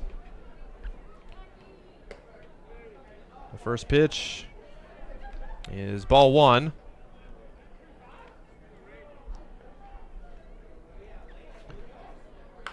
Beatty swings and fouls one down the left field line. Beatty with just 1 hit today. He's been on base 3 times and scored all 3 times as well. 3 RBIs with him as well. 1-1 pitch is down and away for ball 2. He put the finishing touches on that huge 5th inning, as he had the 3-run double to empty the bags, and that 8-run inning kind of putting it out of reach if it wasn't already. And he's hit by the pitch there as he'll take first base. So no perfect inning to be for Cusella. as they will turn over the Spud lineup once more. And he joined the parade. Every Sodbuster pitcher has hit a guy. Good bite there, Steve. That's I'm sorry. Something you just have to say, well. Yeah, no, it's been one of those nights. Oh, my goodness. So here's Ryan Schmidt in his second at-bat. Came on to pinch hit for Reeves last inning and singled. Swings and misses at foul ball, rather, on the outside fastball. 7 walks, 10 hit batsmen today. Jeez. I mean, you're glad Casper's not taking it personally. Otherwise, we'd have had a fight a long time ago. Yeah, this summer ball, a lot of guys trying out new stuff. Perfect time to do it, and a called strike 3 as Schmidt is caught looking. Cusella with a strikeout, and that's a 0 for the Sodbuster defense. Bottom of the 8th inning coming up. Sodbusters have some work to do. We'll be right back. Are you tired of lousy internet and faceless customer service? It's time to experience local, honest, hassle-free, and exceptional. That's the Allo promise. We not only provide crazy fast fiber internet, crystal clear TV, and dependable phone service, but we choose to become a part of the communities we serve and love when everyone calls or stops by our store to say Allo. So don't settle for mediocre, settle for exceptional with Allo. Visit us at allofiber.com/local. Hi, I'm a baseball umpire. My job can get pretty stressful. I have to keep my eyes open at all times, and if I don't make the right call, people boo me. So to relax, I visit a Nebraska lottery retailer like this one and buy some scratch tickets. It always calms me down. Hey, you cut in line. I did not. All right, you're out of here. Hey, he didn't cut. All right, you're out of here. I feel better already. The Nebraska Lottery. Top prize odds vary by game. Bottom of the 8th inning, and Sodbusters have to score some runs. They're going to have to do it against the buzzsaw of a left-hander in the Casper Spud bullpen. This is Nick Flores making his second appearance this series, as on Monday he came on in relief of Cooper Hack, and he's got that electric breaking ball to go along with a good fastball, as he held up the game and turned it over to Daniel Barcena in the 9th inning. So Flores, 2 2/3 innings on Monday. Just allowed 1 hit, no runs, a walk, 3 strikeouts. And opponents just hitting 1 for 11 off, or 111 rather, off of Flores on that game. So Sodbusters looking to get something going. Have another pinch hitter in the game. This will be Calvin Johnson pinch hitting for Cale Jensen. Johnson pinch hit the other night. That was yesterday, and drew a walk in his only plate appearance. Johnson just appearing in his 4th game. Hitless on the year, 0 for 3 for the Sodbusters. Ground ball to the left side, Stolwick charging in on the run and throws out Johnson on a good hop, 1 pitch, and 1 retired for Flores. Was it just yesterday? That's kind of crazy. It seems like a long time ago. These past 2 games have felt like an eternity, and not a good one. So Ty Matson will get his 4th opportunity. Ty hitless today, 0 for 1.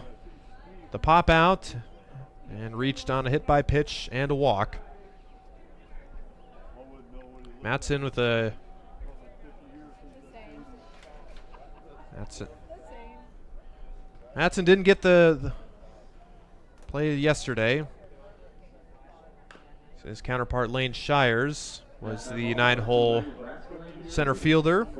Matson getting the action today. 1-1 count to Matson.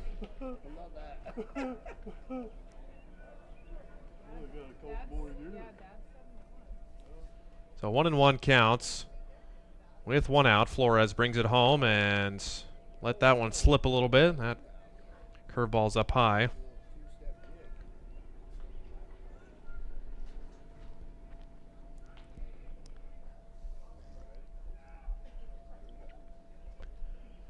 Flores ready.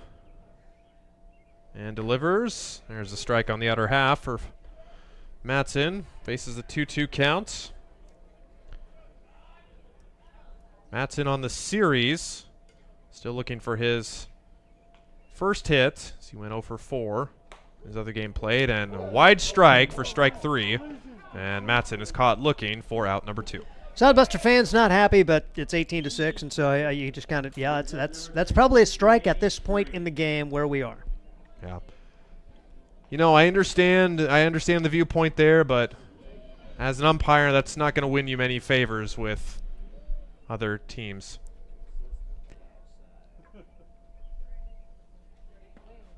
And check swing strike for Gage Frank, and it's been both ways. I mean, Burke got rung up on one that was probably out of the zone as well. Yep.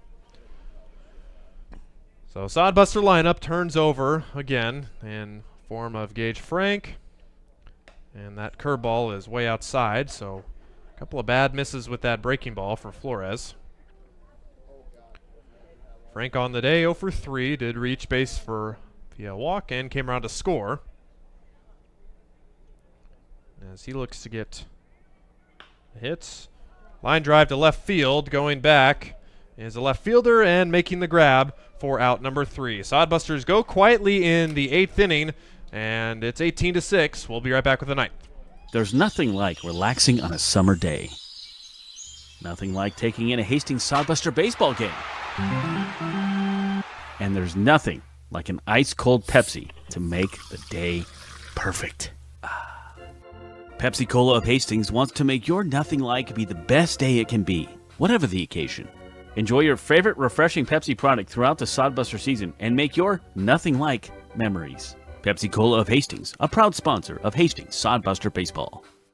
Let's face it, we move our bodies around a lot. And sometimes things happen, a tweak, twist, pull, strain, ache, or pain. At Fisk Chiropractic and Sports Care, their goal is to restore your mobility, keep you moving, and ensure your rehabilitation is effective, efficient, and stress-free. Do you suffer from headaches and neck pain, lower back or sciatica? Call Fisk Chiropractic and Sports Care today. Start to discover wellness through chiropractic care. Fisk Chiropractic Sports Clinic.com. Start feeling better now. Welcome back to Duncan Field. 9th inning coming up in the Game 3 series finale. Casper versus Hastings. This is Ryan Valenta and Steve Stein bringing you home for the 9th inning as we go through Sweet Caroline. Got a new Sodbuster pitcher on the mound in Jacob Shaw. And you're saying, why is your closer in a game like this? Well, you got to get the innings when you can get them. And they've said one way or the other, Jacob Shaw's going to pitch today, and he has been outstanding this year for Hastings College. No record, has not allowed an earned run, making his 6th appearance in 5 2/3 innings. 1 unearned run allowed. He's allowed only 2 hits while striking out 9 and walking 3. And just settling into a role has been huge for Jacob Shaw. They toyed with him as a starter at Northwest Oklahoma State. Then he had a little bit of arm issues. When he came back, he was the closer. He enjoyed that role, and he has settled in nicely to that role here for the Hastings Sodbusters. His 3rd year playing for the Sodbusters. He's a local guy, and it's great to see Jacob Shaw out there for the Hastings Sodbusters here in the 9th inning, as he is going to face the 2, 3, and 4 hitters. Casper, a lot of their backups in there now, beginning with number 1, who came in as a pinch hitter, Caleb Simmons. Simmons, semi-regular though. He's played quite a bit for this team during the course of the year. He batted for Marsick back in the 7th inning. We're now in the 9th. It's 18-6 Casper, and a swing and a miss. No balls, 1 strike on Simmons. As Caleb coming into today, a .292 hitter. Had a great contest yesterday, 2 for 5, a double, a run scored, and an RBI, and he hits this one to the right side, and it's bobbled, then fielded, throw to first in time. Good job there to hang in as Tyler Welch, backup first baseman, able to field his position. Great job for Shaw to hustle over to take the throw. 3-1 on the putout, 1 out here in the 9th. That's how you draw it up right there, and speaking of new first baseman, Calvin Johnson will stay in to play left field for Cale Jensen. As the pitch is fouled away, as they've had a lot of guys in and out of the lineup, but Chase Burke has stayed, and he is moved from right to center field and batting in the 3 spot for this squad. One of the heart and soul guys for the Casper team as he takes a ball here, 1 ball and 1 strike. on Chase Burke. Seems to be one of the leaders on this team. The guy who probably played here at some point during his career. If he plays at Jamestown, the Jimmies, they're a part of the Great Plains Athletic Conference. So he probably has a little experience at Duncan Field. Has a 2-1 pitch from Jacob Shaw. Right across for strike beauty. And Shaw, really fun visiting with him as one of our Sodbuster spotlights. He's an ag business major. And still weighing the options whether he wants to play. I think he has 2 more years of eligibility. He'll probably be done with school in a year. Bouncing ball to the left side. Shortstop's got it. Throws wildly. The Sodbusters will have their 7th error of the day as Hastings playing the shortstop position now. Nolan Oliver into the game at short, and his chance is awry to Chase Burke, and so the Sodbusters will allow a 1-out base runner. So Oliver entering the game, playing that particular position. And here's Danner Hamburg, who's come in and had already a nice game since coming in the 6th inning.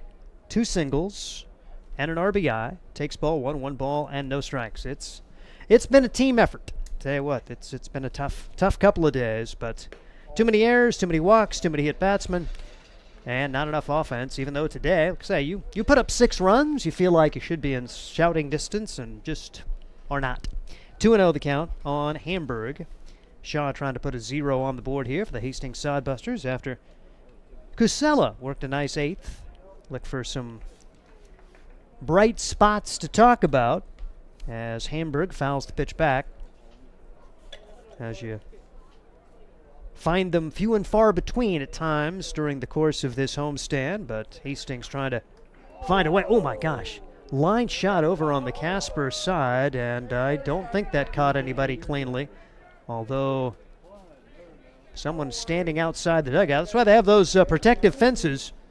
That may have almost gotten a piece of the head coach. I think that was Mike Bowles over there. No, he would have been down. I don't think he is coaching third. And one way or the other to strike out of Burke. Burke goes down, and Shaw doing a good job, I should say. Hamburg goes down, and there are 2 outs in the inning and 1 on as they'll bat Diaz here after he came in last time up.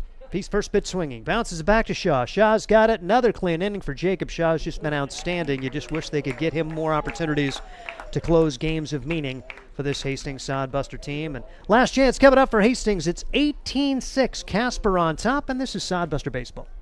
Hastings Sodbusters baseball's in full swing, bringing you another fun-filled summer of high-level collegiate woodbat baseball at historic Duncan Field. A great way to spend a summer evening with your families at a Sodbusters baseball game.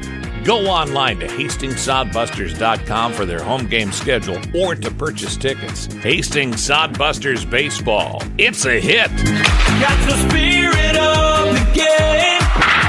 The Hastings Sodbusters.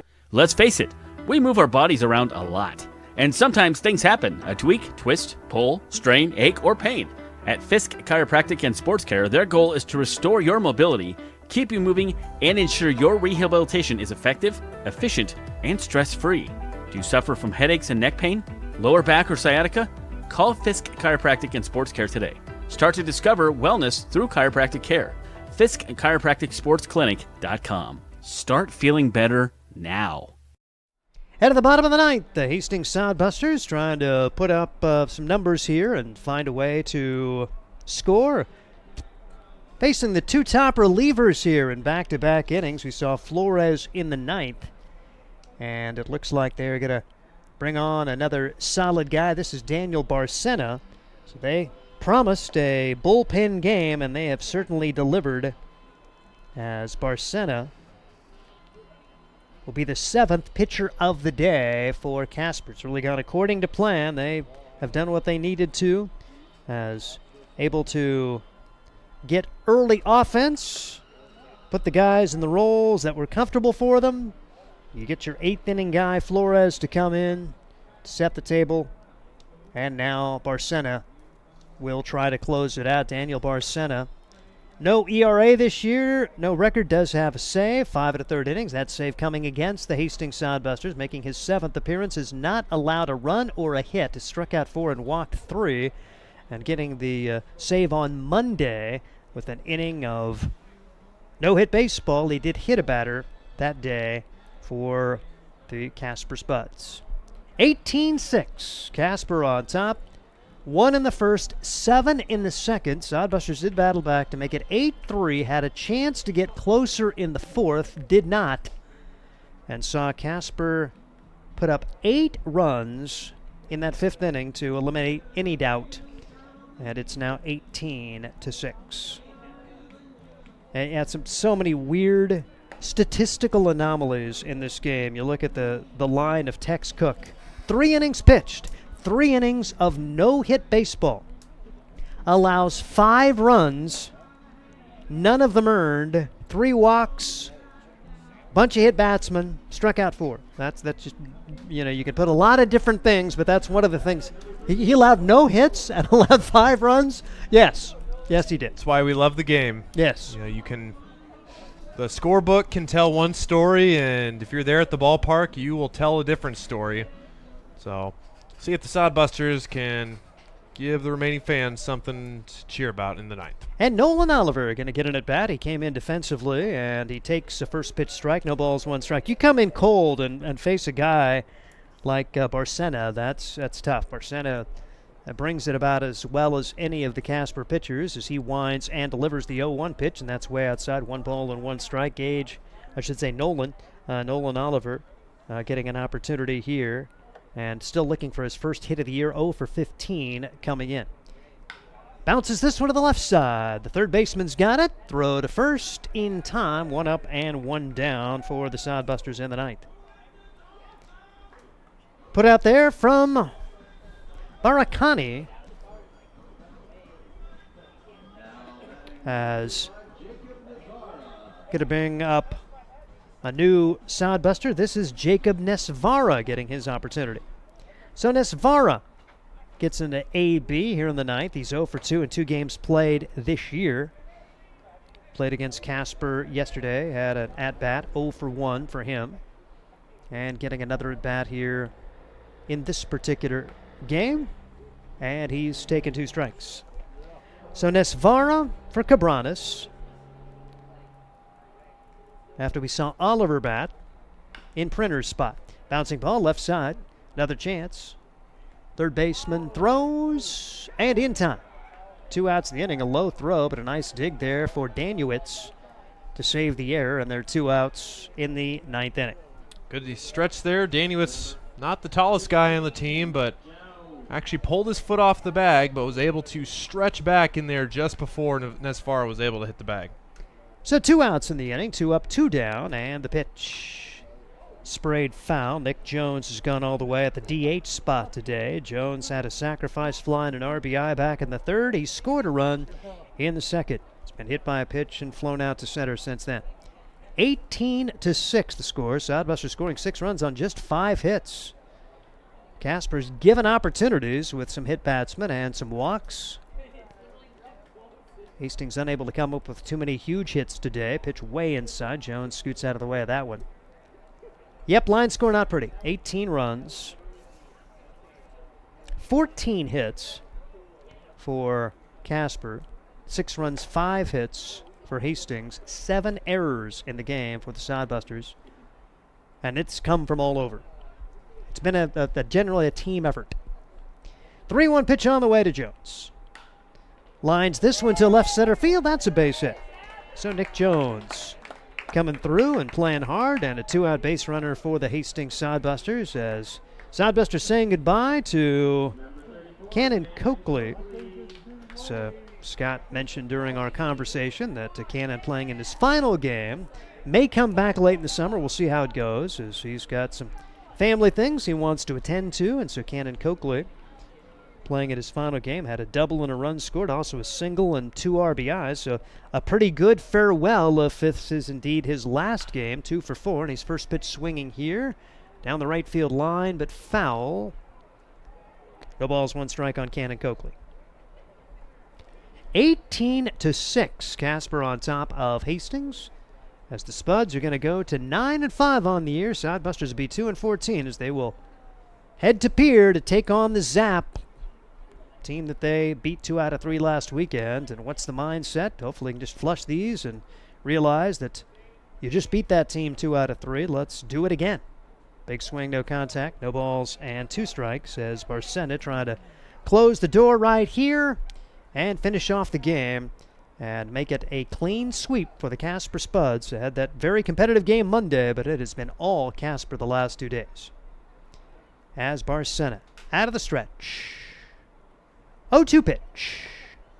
Called strike through, and that is the ball game. And Casper will have a long but happy road trip back to the Mountain Time Zone as they defeat Hastings 18-6. Final line score and a wrap-up coming up next. This is Sodbuster Baseball. Are you tired of lousy internet and faceless customer service?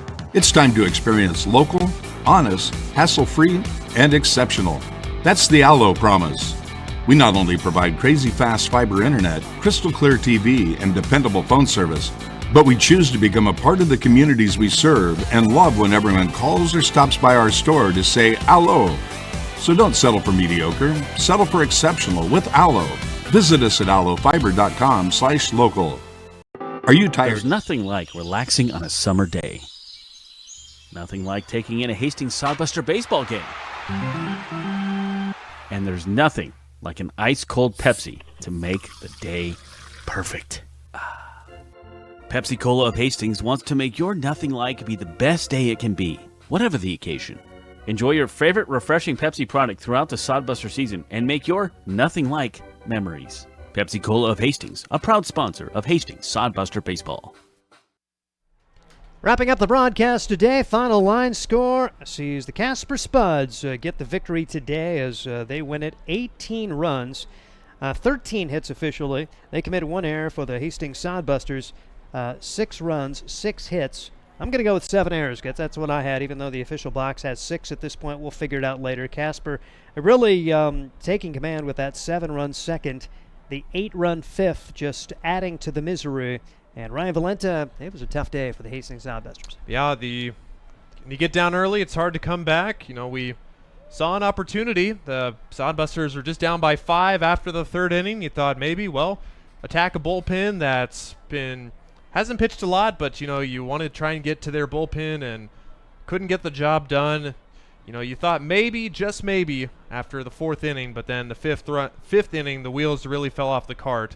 And Sodbusters, it's a tough pill to swallow. This is a very good Casper team, which we'll see them next weekend, unfortunately, and we'll also see Fremont next week. But like I said, tough pill to swallow, but you got to prepare for a road trip and facing a team that you took 2 out of 3 of last weekend. So a little bit of optimism there. As far as the highlights offensively, Gage Frank with a run scored. Josh Printer ended up with a run scored today. Hit and a run scored for Marcos Cabranes. Nick Jones, RBI and a run scored for him. Cannon Coakley, 2 for 5, 2 RBI and a run scored. Zach Fatal with a single and a run scored. Corbin Rich knocking home a run. That's the offensive highlights. As far as pitching, man, what a tough day for Braden Anderson. He'll have better days than this. The bullpen had its struggles as well, but you look at the back end, Caden Cusella, an inning with no runs allowed, and then Jacob Shaw does what Jacob Shaw has done all year as he set him down. There was an error that allowed a man to reach, but Shaw looked really good. And like I say, if you ever get to the point where you're in close games, you like your chances late if you can get Shaw late. Yeah, like you said, you want to get him in an opportunity where the game means more and you have a chance to actually come back or hold down the game. But Jacob Shaw, excellent work. Cusella, just his 3rd pitching appearance. You know, he hasn't gotten too much work on the field and in the mound, but it's good to see him just getting some action. And even the guys that pinch hit in the 9th inning, Jacob Nesvara and Nolan Oliver, just trying to get them some work, especially if you have some guys leaving. And as Joel Skipper talked about in our pregame, that's got a couple new guys coming for the weekend and should expect to see them here for Duncan Field on Monday for some much-needed relief. As far as the upcoming schedule, the Sodbusters on the road to Pier to take on the Zap. And that's going to be coming up this weekend. They'll let Sunday off, be able to come back. And then Monday, Tuesday, the Nebraska prospects come in. You're invited to come out to Duncan Field, and games at 6:35 both nights. We'll have the pregame coverage at 6:10. So for Ryan Valenta, for Mason Hendricks, our engineer, final score once again, 18-6. Sodbusters come up short against the Casper Spuds. I'm Steve Stein. Good night. Catch the spirit of the game. The Hastings Sodbusters. Get the ultimate fan experience at a Hastings Sodbuster game this summer. Enjoy high-level collegiate summer wood bat baseball at the beautiful and historic Duncan Field in Hastings. Baseball and a whole lot more. Affordable family fun. That's what the Sodbusters and the Independence League are all about. Sodbuster Baseball. It's your team.